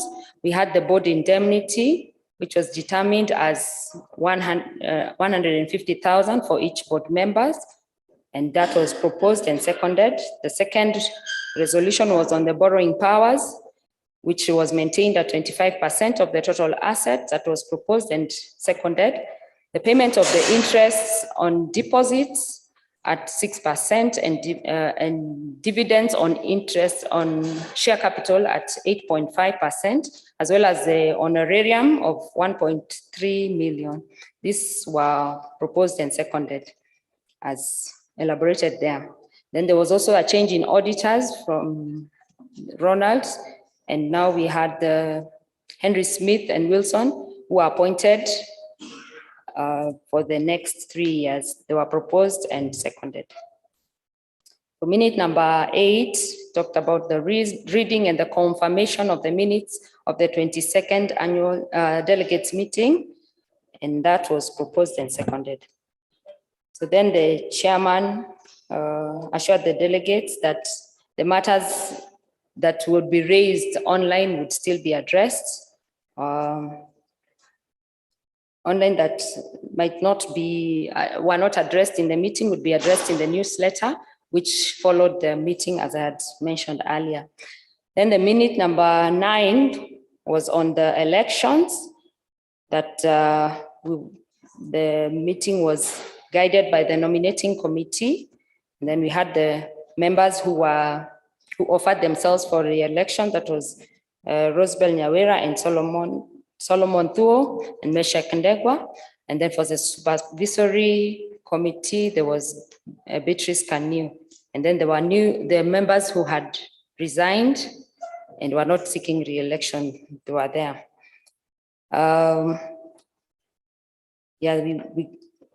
He continued to give us now the new people who had received, who were interested in being in the board and had been vetted, and we have the names there, the 6 individuals, and the new applicants were appointed and elected. The members were each proposed and seconded. That means there were 5 members of the board and then 1 member of the supervisory committee. We then had the ministers of cooperatives representative giving us their remarks, even as they attended the meeting. Then page 29, we had the announcement of gifts and best performers. And this was done by the CEO as she led that part of the program. Then the final minute to number 10 on any other business, we had the chief of Githurai who was present, and he told us that Githurai had become a sub-county, and there being no other business, the meeting ended at 12:30 p.m. Then it's signed by the chairman and myself as at that time. Those are the minutes. I believe we've gone through them, all of us. You can read them in details, and I hand over to the nominating. Hand over to the nominating chairman.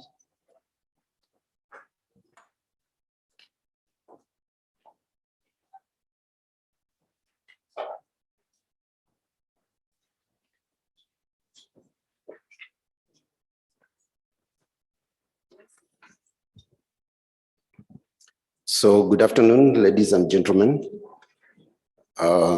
We are here as a nominating committee to be able to present to you our report. And the work of the nominating committee is generally to carry the vetting and the selection responsibility with the applicants who have an interest in serving in the office and also in the board of Kingdom Sacco. With me, I have a few members in the nominating committee, while others are absent they've already asked for apology. So I'd like to invite the members of the committee. We have Gerard Karidhi with me. Where are you? Can you stand? So this is Gerard Karidhi, who is a very committed and very dedicated member in the nominating committee. Let's appreciate him for that. Then I have Steve Kagwe, also a member of the nominating committee, who has also been very committed in serving in the nominating committee. So today we'd like to present the report of the nominating committee. In particular, present the candidates who applied to serve in the board of Kingdom Sacco. The people who applied for these positions are all eligible for re-election and will be presented before you or the ADM for approval as candidates this glad day. So the society announced for those who wish to be elected in the board to complete the prescribed application form and submit the same with the relevant document to the nominating committee. This announcement was made based on applicable regulations, including the society's bylaws, and with a view to filling the following slots. 3 positions created by the completion of the stipulated 3-year term in the board by one Francis Againe and Fidelis Musioka and Grace Otieno, who completed 1 year to close the 3-year term for the member she replaced, who had served for 2 years. All these members are eligible for re-election and have offered themselves for re-election to the board. 2 positions in the supervisory committee created by the resignation of Wilson Kifadi, having served 2 years, and Beatrice Canio, having served for 5 years. So pursuant to the provision of the society bylaws, the nominating committee, in discharge of its mandate, received and vetted various applications. And to give a summary of the people we vetted and who now are eligible for re-election, I'd like to be able to share their skills, their abilities, their capacities to be able to serve in this board. So I will call them I'd ask you to stand and I'll be able to share your profile. So we have David Gogi. You can stand. So this is David Gogi. He's a seasoned software engineer with 10 years of experience in the IT industry. He's currently a software engineer at Patron Health, working to deliver web and mobile apps for home healthcare agencies. He has a track record of successfully working remotely, leading teams, conducting technical interviews, and creating content for the software engineering community. He holds a Bachelor of Technology degree in computer technology from the Technical University of Kenya. David has worked on projects for major companies in the technology, finance, and faith-based sectors in Kenya, USA, South Africa, and the Caribbean. David has also consulted as an independent IT auditor and has been involved in technical training via online and physical workshops in software development. He is also involved in leadership of youth groups as well as ICT support for his church. Thank you, David. You can sit down. So that is David, a young man with a wealth of skills and abilities. Then we have Matilda Kubende. Matilda can start. So this is Matilda.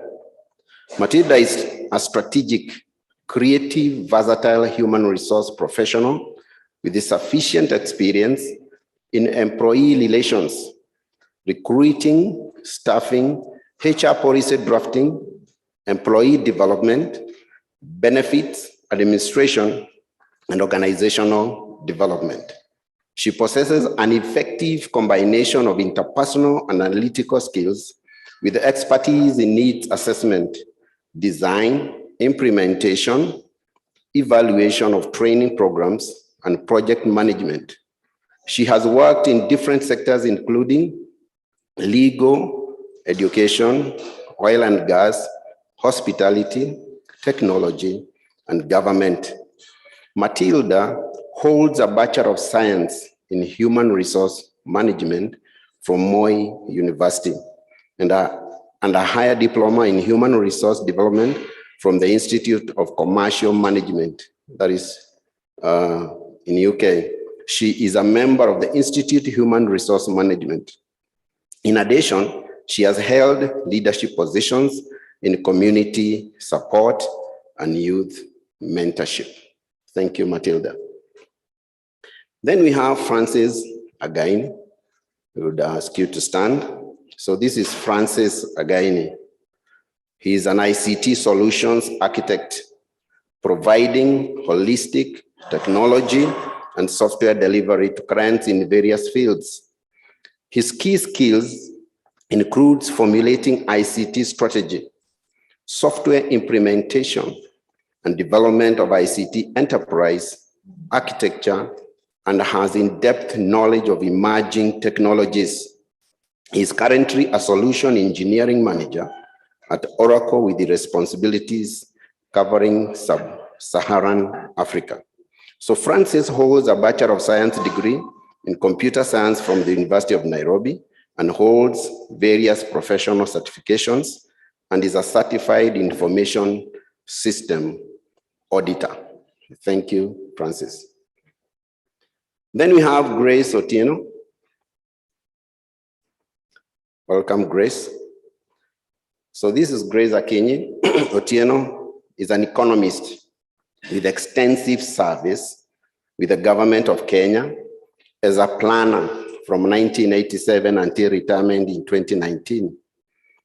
Her over 32 years of government service has given her exceptional professional competency, particularly in the areas of policy and strategy, performance-based management, research, monitoring, evaluation, resource mobilization, fundraising, and community development. During her service in government, Grace worked and networked extensively with the public sector institutions, civil society organizations, and development partners. She has a unique experience and achievement in coordinating decentralized planning in Kenya, which led to the present devolved systems of government.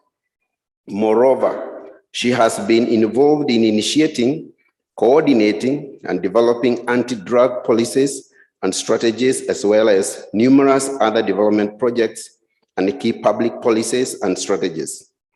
She has worked closely with the African Union, East African Commission, various United Nations agencies, including United Nations Development Program, United Nations Office on Drugs and Crime, Food and Agriculture Organization, that is FAO, World Health Organization, that is WHO, and United Nations Children's Fund, that is UNICEF.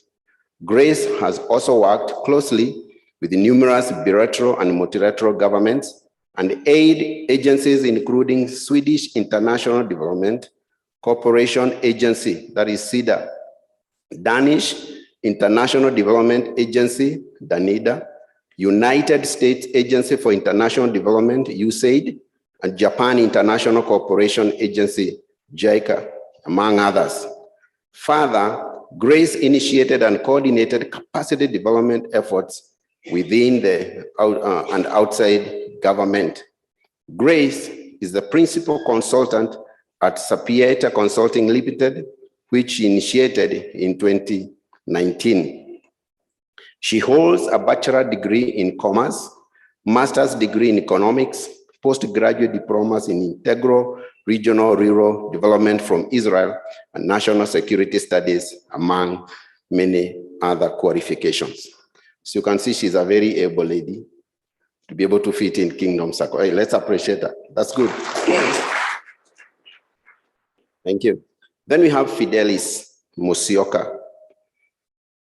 So Fidelis holds over 28 years of experience in orientations management at different levels and at management level, with the key focus to operational excellence skills such as process stream mapping, value stream mapping, big data processing, strategic planning, coaching, and monitoring, among others.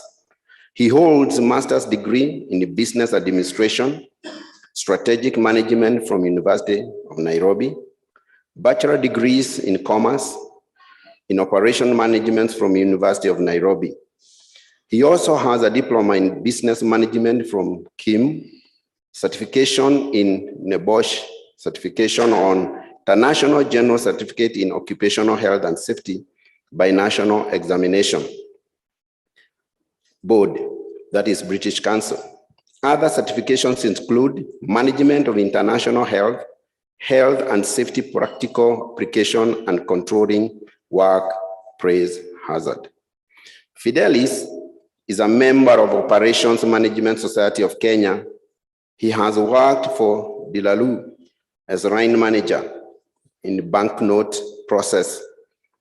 Currently, he is a chaplain at Precision Rehabilitation Center. He is also a trainer partner in occupational health and safety and OPEX at African School of Project Management. So that is Fidelis. Let's appreciate him again. So having considered application from the above persons and pursuant to applicable regulations, including the society bylaws, regarding relevant qualifications for board members, the nominating team or committee recommends the following candidates to the ADM for election to the board. Having retired by rotation in accordance with cooperative society rules currently in force, but being eligible, be elected to the board. So I'll invite all of them to come here and we'll be able to propose and second for each person. So we invite Grace Otieno, we invite Francis Kamundia, Fidelis Musioka, David Dongo, and Matilda Kubed.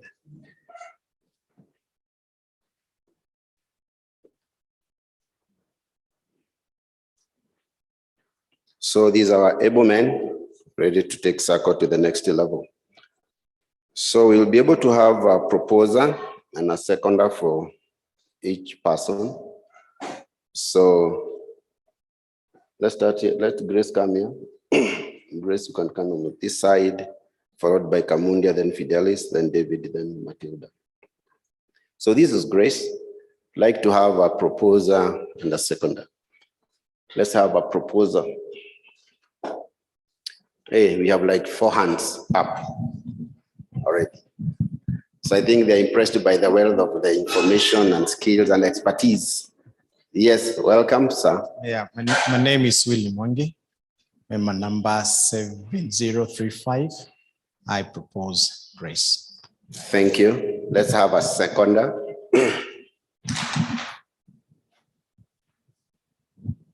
Yeah, we have also like 4 or 5 people. So let's pick one. Hello, my name Alice Kinyajui, membership number 9358. I second.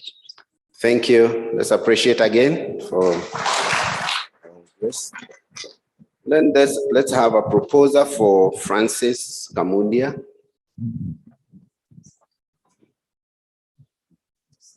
So Grace, yes, thank you. Yeah, this is Francis. Yeah, so we have a member there. Dolbert Omari, member number 9038. I propose. Thank you. So let's have a seconder. We have at the back right there. Oh, you have a guy. I have the microphone. Okay. David Ngodo, member number 4001. I second. Thank you. Let's appreciate Kamundia for being re-elected in the board. Thank you, sir. Then we have Fidelis Musioka. Fidelis Musioka has been working with the Dilalu, so he might be having a lot of cash to bring to. Yes, let's have a proposer. Hello. Hello. My name's Joy Kadhambi, member number 16295. I propose. Thank you. Appreciate. Let's have a seconder. Yeah, right at the corner. Jane Joroge, member number 391. I second. Thank you, Jane. So we appreciate Fidelis for being re-elected again in the board. Thank you. Then we have David Dongo. These are young guys, young tax. We need to incorporate young tax in the board so that can bring the wealth of experience. Let's move on this side. We have not had people seconding on this side. So hi everyone. My name is Michael Gashunje. I propose David. What's your name, member number? 10411. 10411. Yes. Thank you. Thank you. Let's have a seconder.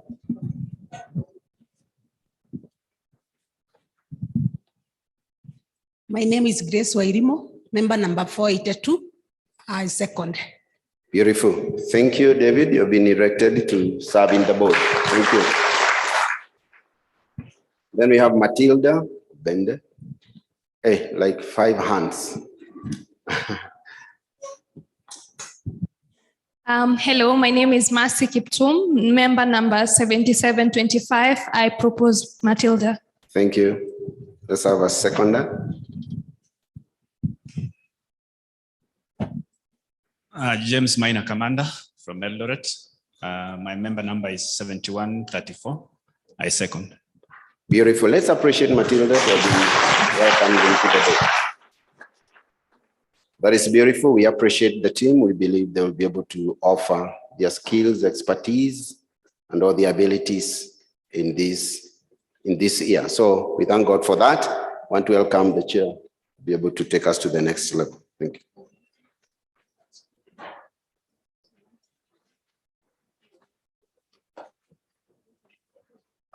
Thank you. Let's give a clap to the nominating team, and yeah, led by Nicholas. I think they've done well. So we are happy to have the board, the members who have come back to the board, and the new individuals in the supervisory team. So I think that is very well. So we welcome David and Matilda, the supervisory team. You're most welcome. Yeah, I think on the minutes, the minutes that Magdalene led us through, I think it's also important that we adopt the minutes.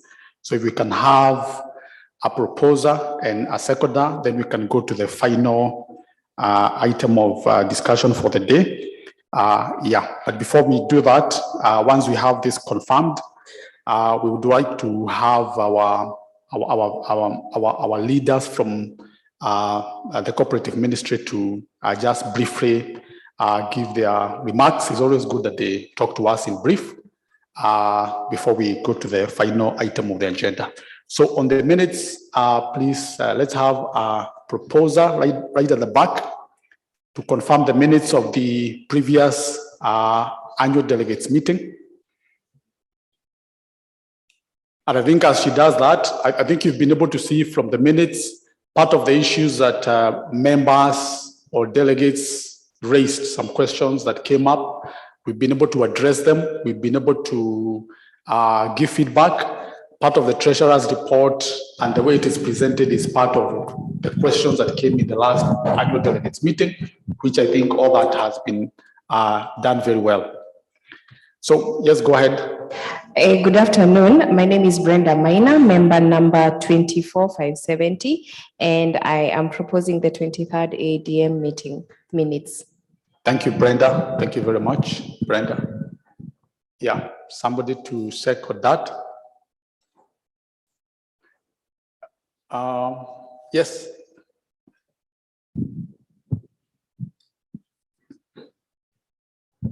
Good afternoon. Good afternoon. I'm Joseph Kipchumba from Kajiado County, member number 4069. I second. Oh, thank you. Thank you, Kipchumba. Thank you very much for that. So the minutes start confirmed. Just something I forgot. I really forgot to acknowledge our delegates that are outside Nairobi. And, you know, Kipchumba is reminding me, I came all the way from Kajiado. So delegates from the counties of Eldoret, Nakuru, Naivasha, or Naivasha Nakuru is one county, Mombasa, Lamu, and if you are a delegate and you came here, you're not part of the Nairobi region and Nairobi Kiambu region, please stand up. Please stand up. Delegates from those other regions other than Nairobi and Kiambu. I think it's good we acknowledge them and we appreciate them. Wonderful delegates. Let's give them a clap. And not forgetting Migori. Yeah? Not forgetting Migori. Thank you very much. We really appreciate your effort and your commitment to come for the annual delegate meeting. And finally, we give a clap to the online delegates. You know, they are here with us. They participated. Yeah. Next time we expect a question from the online audience. We expect a question or a comment from the online audience. But I think for the sake of time, we just want to welcome our cooperative leaders, and I want to welcome Elizabeth. I think Elizabeth Wamboi is known to Kingdom Sacco. It's been of great help to Kingdom Sacco when we need anything.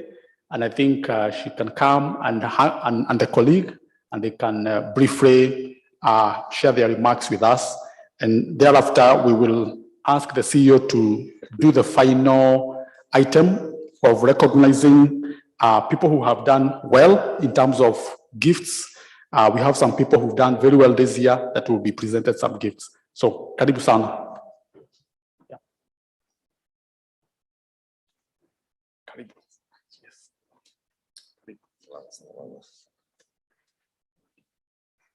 Chair, together with your team, the supervisory committee, led by the patron, the CEO, and delegates, good afternoon. My name is Wamboi Kinodia, Cooperative Officer for Ruiru Sub-County, and my apology for coming in late. I was on another official duty This time is the time for AGMs and annual and delegate meetings. And I was in another meeting. That's why I came in late, but I had my representative here.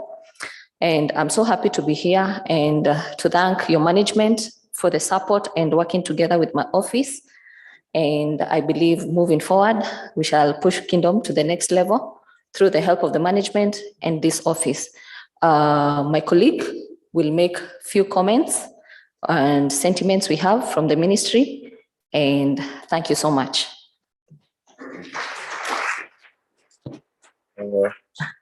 The chairman of the board, including the supervisory board, the CEO and the management, and of course the patron, and all the pastors in the house. Honorable delegates, habari zenu? Mko salama? My name is Anthony Kamau. I'm a male, to clear the doubts. I'm of a male gender, and I come from Limuru sub-county. Wambo is my colleague. I had come to sit in for her. She had so many other issues to handle. And because I'm the one who started you with the meeting, we found it wise that I make some comments here and there. Is that in order? Am I allowed to do that? You know, there's a good friend of mine, a chairman in like our chair here from Limuru, says, he always tells me that if you see a tortoise on the table, what do you think? A tortoise on the table, what would you think? Yeah? Sorry? Somebody put it there, right? Why? Yeah? What makes you think so? Why? Why can't it do that? Yeah, what I'm saying, if you see a good society like this one, some people have worked for it, right? You have got, and it's a whole partnership, a partnership between the management led by the CEO, the delegates, and the board, and of course the members out there, our offices, the auditor, everybody comes in to make it look the way it is, right? So I would like to take this chance to highly appreciate all the players in that particular, in putting the tortoise on the table. So tujipigie makofi kwa hiyo. Looks like if we wouldn't have been in the board or the delegates would have worked for the Kenya wildlife. Ama namna gani? Well, now let me make some few comments as we've been told because of time. I really want to appreciate the fact that the board has taken us to where we are. And I want to say that the last time I was here, we had we hit the billion mark? Yeah. Before COVID, we had. So if we had hit the billion mark, I would like to remind the treasurer that she's given our CEO, I don't think it's a very tall order, that she should hit the 2 billion by the end of the next year. We are shy 200 million. See, I don't think that is a tall order. I mean, looking at the height of our CEO, she's a tall lady. She needs taller orders. See, so what I'm saying is that we support her. Na Bwana Treasurer, Madam Treasurer, the targets. You need also to support her. I know. In doing that, and also the delegates. See, talking of the delegates, do you know our roles? Do you know our roles as the delegates? Madam from, is it Bungoma? Migori. Tunajua kazi zetu as the delegates. Because one of our roles as the delegates, ya kwanza, ni kufikisha haya mambo tumesema hapa. All the things you've said, all the good things you've said, all the reports you've been given, it is our obligation and one of our major role to ensure that we communicate to our members. Because the members are the ones who elect us. Members are the ones who put us in this delegation. So it's our core duty to inform them on the good things that are going on. Do we still also inform them of the bad things? Do we? we witness bad things here within our society, do we still need to report to them? I'm talking to the delegates. Do we? Yeah, that one is food for thought. So we pass on policies because, like some of the resolutions we passed here through the guidance of the chair and his board, all those policies, all the resolutions, it is not the board that passes, and that's why we are always calling for a proposal and second. Why do you do that? So that we can own it up as delegates here.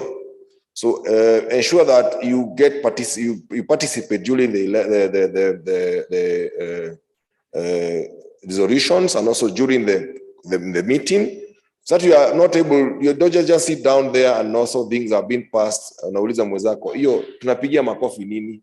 Because you are a delegate representing, how many members do you have in the Kingdom Sacco? How many members do we have? 11,000.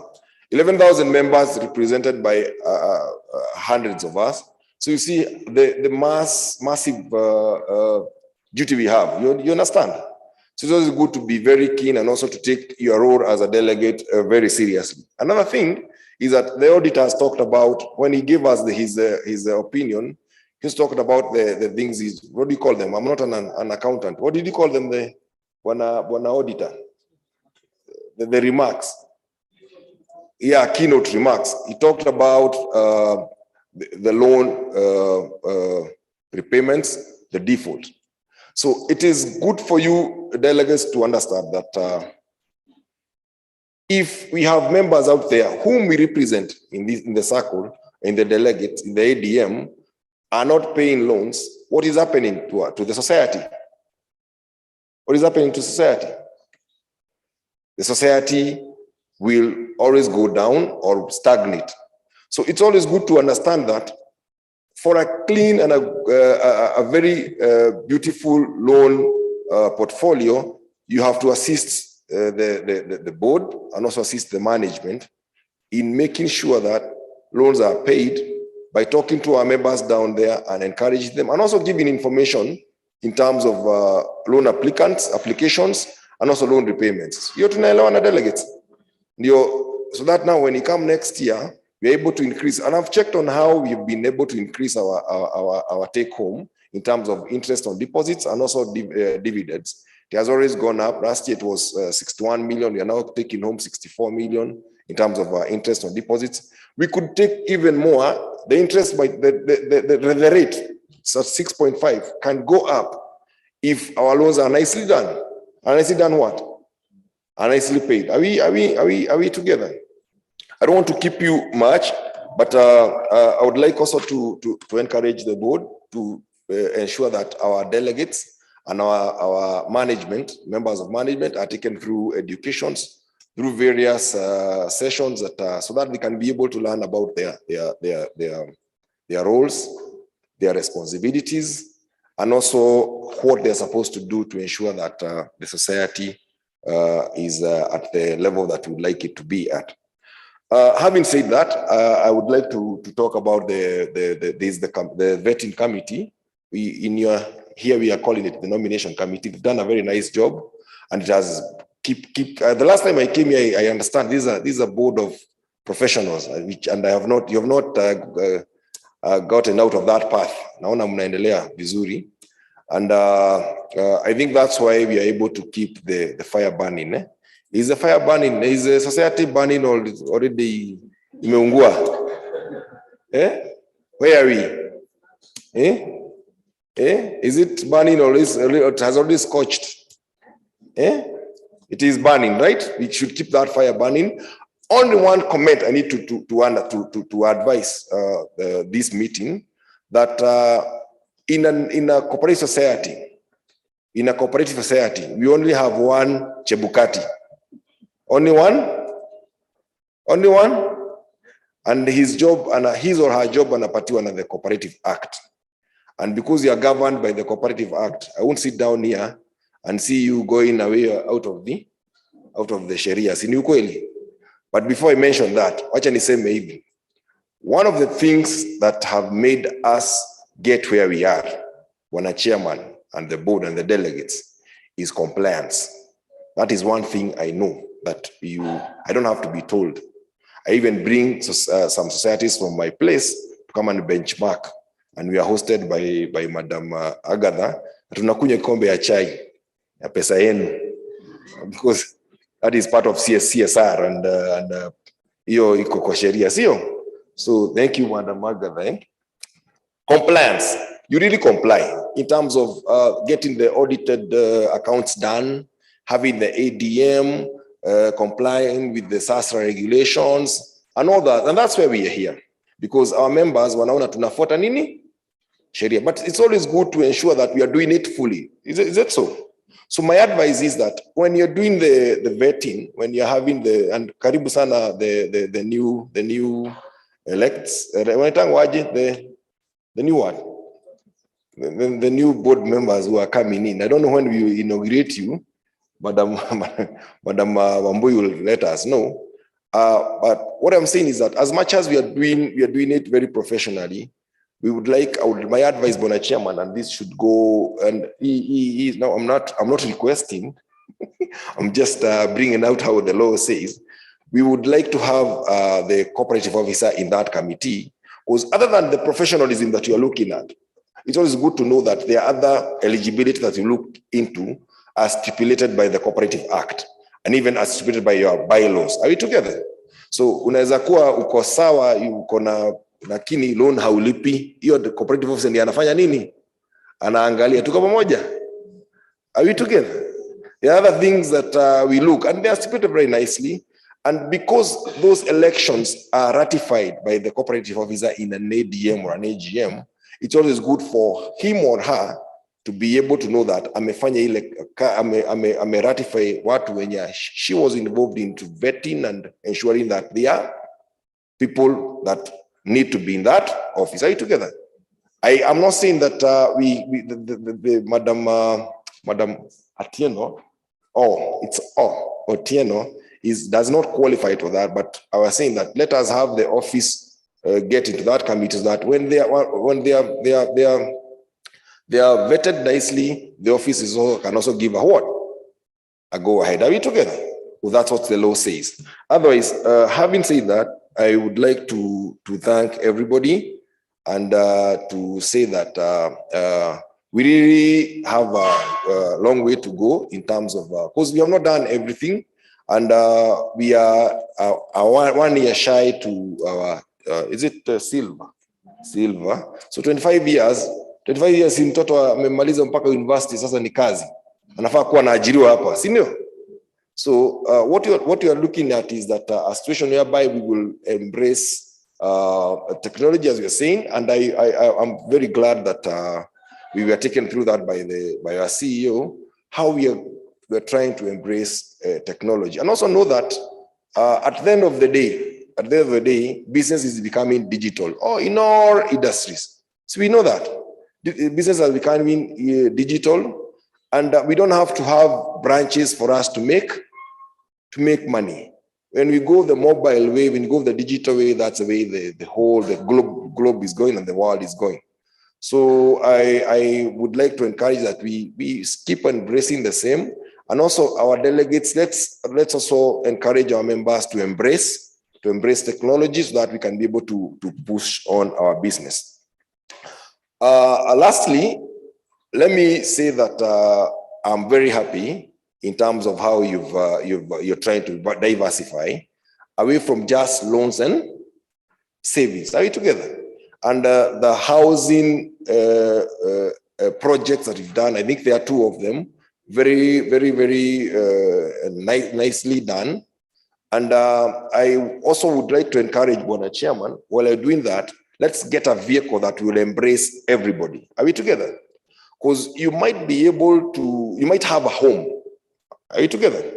And you're a member of this. You might have a home and you're a member of this society. You might not have a home and you're a member of this society, Sacco. But we can get a vehicle that will incorporate all of us. Maybe a housing cooperative society, where even if you don't want a home, you can put your money, it is invested, the society buys land, sells out the land, and you share at the end of the what? Are we together? You share at the end of at the end of the venture or at the end of the year. So it's a very good thing that we are trying. And if you look at the income it has given us, I looked at this and I think that project had a loan of 14 million or something like that. For 39 million. Think of 39 million put in some sector that is not our core business. You can imagine the interest it brought to us. You understand? So if you would go full throttle, then it means that we can make a lot of money out of that venture. And I really want to say that those are very wise moves. Tuendelee hivyo so that we can, because at the end of the day, we want to compare ourselves with big societies. A society that has almost 2 billion right now. If you go to our society that we are members, like Ushirika Sacco, I got some dividends at 15%. I also got interest on deposits at 12%. And here you're getting half of that. You should come to me and tell her, and I'll tell you what we did to get that. But I'm just saying it's a bigger society. But I'm saying the sky is not even the limit. There's so much. You're saying, you get what I'm saying? The sky is not the limit. There's so much we could do. But also, remember also, and it's also good to remember this and also take this to our members as the delegates. Kwamba, we've come in from a very hard time. You know, COVID was just the other day. We are recovering. 2021 was a bad year. 2022, we recovered. So maintaining that 6.2, I've seen it's a trend of maintenance, is also something that we should always clap for, and also let our members understand that business is not as easy as it was years, even before COVID. We are trying to recover from. But having said that, we should also recover. We should not keep on. We shouldn't keep on doing what? We should not keep on recovering. Are we together? Mimi nimemaliza yangu na ningetaka kuwa na kufanya 2 appeals or I have 2 requests. 2 requests. Chairman, may I do some requests to you? This is your meeting. And one of the requests, I would love the pastors to take lead. Pastors in the house, mko wapi? Starting with the pastors, mko wapi? Walikuwa wengi side. Where are the pastors in the house? Nataka muongoze hii. You take lead in one of these requests. My first request is that tuombe kunyeshe, tukuwe na mvua, sio? Tafadhalini, so that we can be able, sio? Then the next request, Bwana Chairman, I want to make, everybody will be lead, Sisi wote, sio? Kwamba tulipe ushuru. Tuko pamoja? Bila kupiga makelele, kwa sababu mkilipa ushuru, myself and Elizabeth, tulipa mshahara hapo kidogo. Mungu awabariki. Thank you.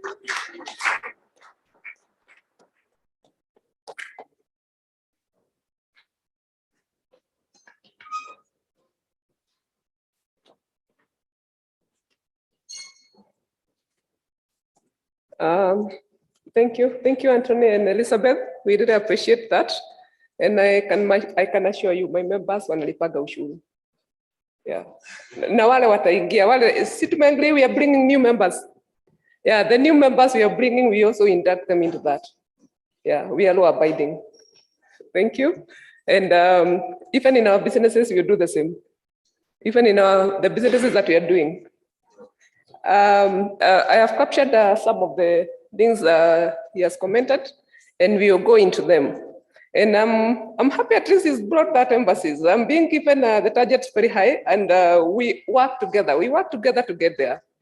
It is our institution. We want to be happy to see it rise to the air, right? So I want to take this chance to just recognize a few of us who did well. They are part of our journey. They made those steps to where we are. And now with the target you have said of 2 billion of the deposits, I'll come back to Madam Treasurer, and then we agree how are we going to achieve it. And part of it is all of us improving on the parts we have been doing and encouraging the rest of the members to pay well. One of the comments I would want to put across as part of what makes us achieve some of the better returns This is something Anthony was trying to put, and all of us have tried to touch. If we look at the figures we have taken into loan provisioning, if that money can be repaid, our take home will still be higher.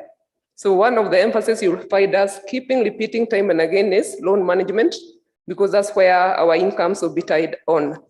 I have a number of gifts, and I'll request the patron to assist me in giving some of those who have performed well.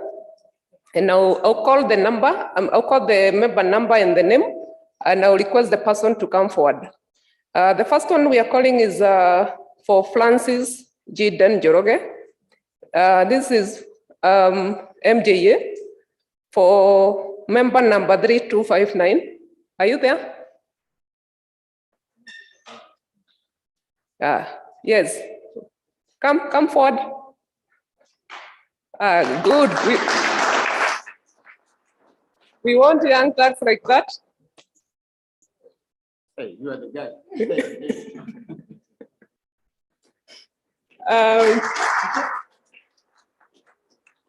The account had the highest transactions in volumes, and of course the parent, the Los Michoki, also had a very active account in terms of taking or patronizing our facilities, and we felt it's good, we appreciate.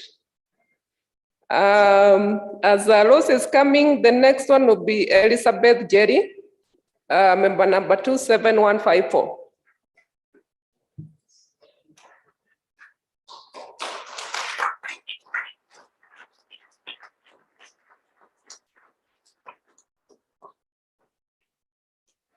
Yeah, so the first one we have given is for best savers. And can we agree you continue saving? Los? Yeah, make him continue saving. We want to give him another one next year. Yeah, thank you. This one is for individual Bossa, Elizabeth. The account had the highest volumes of transactions in Bossa. Do we need to recognize that? Help me in appreciating her.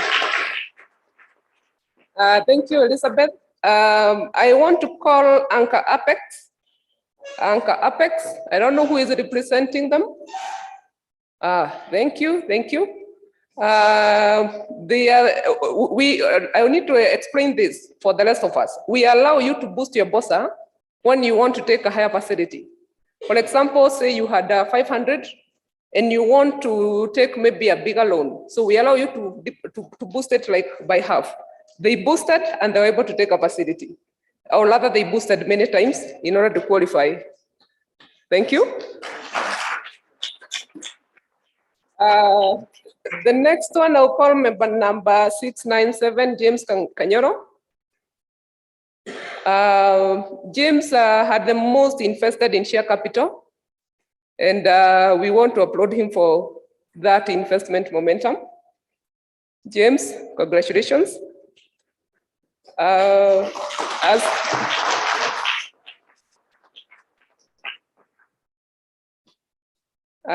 James is coming, I want to call, I have a member, Kevin Dingai. He was actually the one who recommended the most number of the youth, but he's not in. We'll hand over the gift to him later. We have Stephen Donguchuchu. He's represented by the wife. This was the highest volume of transactions and frequency in the account. Member number 5497, are you there? The wife to, oh, thank you. I'm being told she also didn't manage. I want to recognize member number 14021, Nema Hospital. It is the client has allowed all the customers there to use their FOSA at Kingdom Sacco, which makes the account very active. And we really appreciate that. So, welcome. We want to go.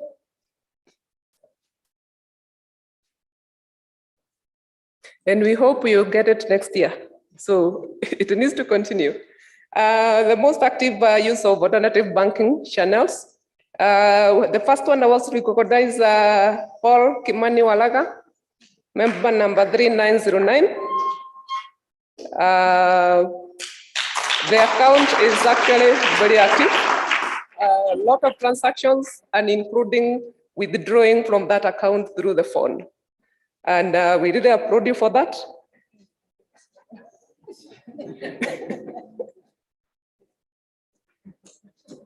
Yes. We have the best performing house. And this one is the house called Hope. Hope 3. Thank you. There is a representative. Interestingly, this house has the most of the members are pastors. And it was the group with the highest deposits in 2022, and it had the highest number of loans disbursed. So please step forward to represent the rest of the teams. Oh, yeah, let them come. It's good when pastors show the way. It's very, very good because, yeah, for the members who are here, let's step to the front. And we really appreciate that. Once we do it at pastor's level now, we can pass it on to our members.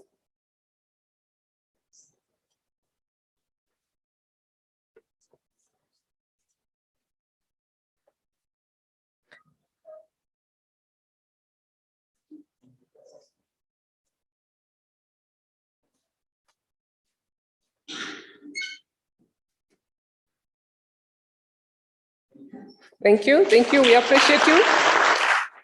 And we keep it up and we cascade it to the members. We are coming to your churches to talk to those members also, so they understand the technology. We always say the team supporting you is as strong as you are.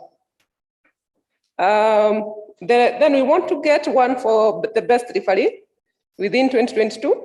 This is member 32777, John Masharia Kinyuru.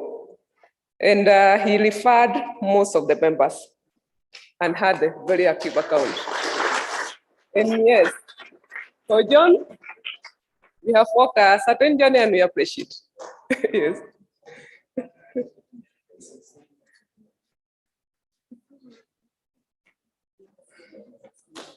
One more, we want to appreciate a branch. And that is Mombasa branch. And so this one, I will say the staff and all the delegates from Mombasa. We want to step forward, it is ours. And we're appreciating the branch for being the first one to roll out the affordable mortgage and accomplish 2 projects within 2022. Do we need to award them? Yes, so that they can also give us the footprints of doing it here. So Mombasa, the delegates from Mombasa.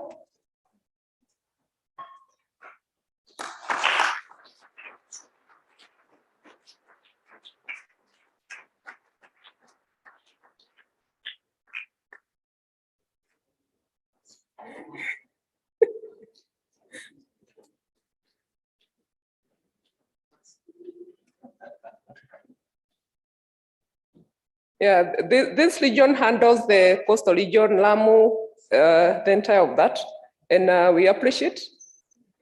And what are we saying to the other regions?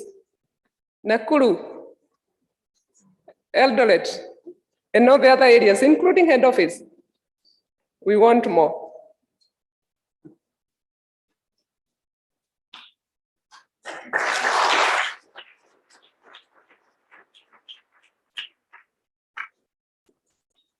Now, the last, I don't have any gift for this one. So I just wanted to just mention that I want to really appreciate some staff. Yes. Some staff who has made this meeting possible. Or do you think it just happened? Yeah, some work has gone into it. Some serious work has gone to it. Can you see the booklet you're holding? That booklet has been worked by our staff. Can we see the app that was going there?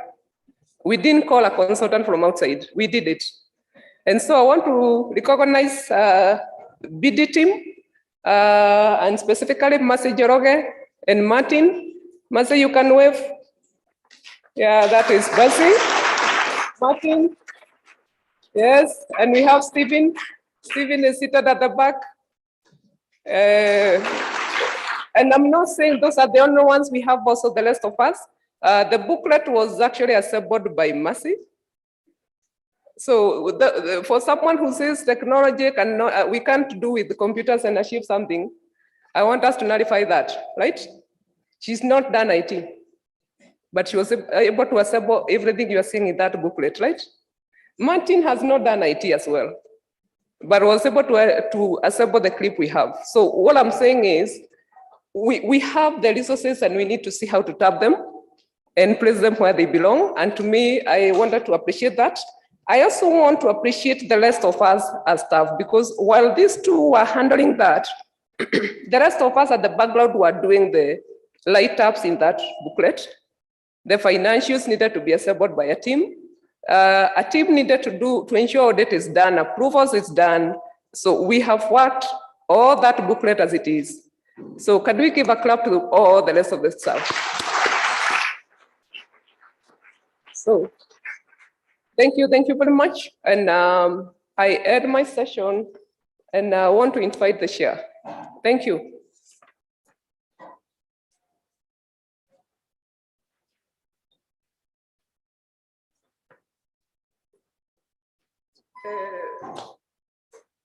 Before the chair comes, I'm being reminded I have not said something when I'll be processing the dividend. And I don't want to be stopped along the way and you're told stop, you've not finished. We will be processing the dividend within this coming week. You'll get a text to tell you when we have processed. Is that good? For those of us who are asking what is the rate, I know that if you look at your booklet on page number 8, down there is a section reading efficiency issues. And so the dividend is at 9% and interest is at 6.5%. Thank you. Yeah, thank you very much. I think we are coming to the end of our annual delegates meeting, and we really want to appreciate every single one of us for participating in this meeting. I will continue to communicate and liaise with you as delegates, not just when we have a delegates meeting like this one, but even for continuously during the year. And I think we really appreciate. I think because of time, we just want to end here. And immediately after this, we have lunch, and our staff there at the back will guide us. Please let's not go before we have lunch together. I think they will show us a Victoria restaurant where we are having lunch. And I think as we move out immediately, we'll be guided immediately. Let's all have lunch together as we finish our meeting. I want to request Pastor Solomon, if you can come and make the final prayer. Thank you.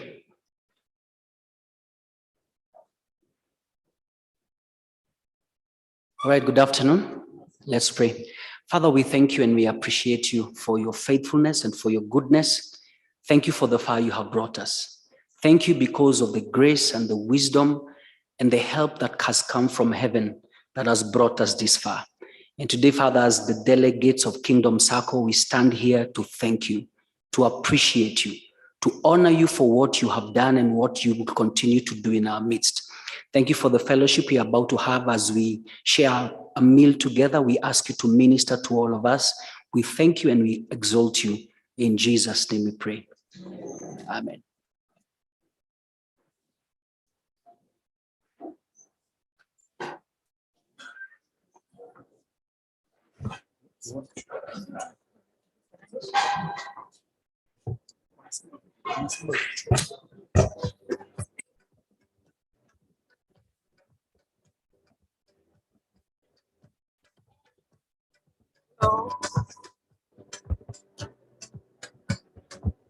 Hi.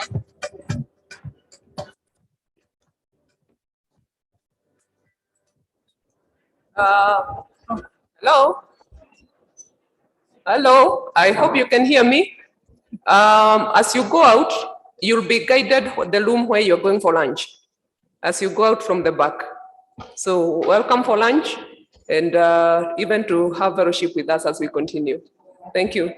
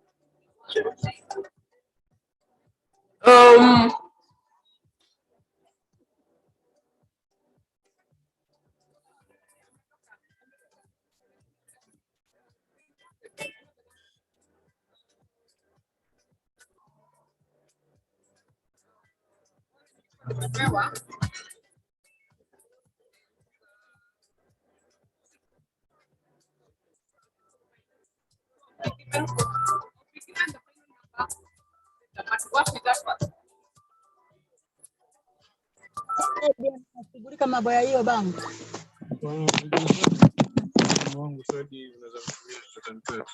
Na hiyo mambo ya account ni nani?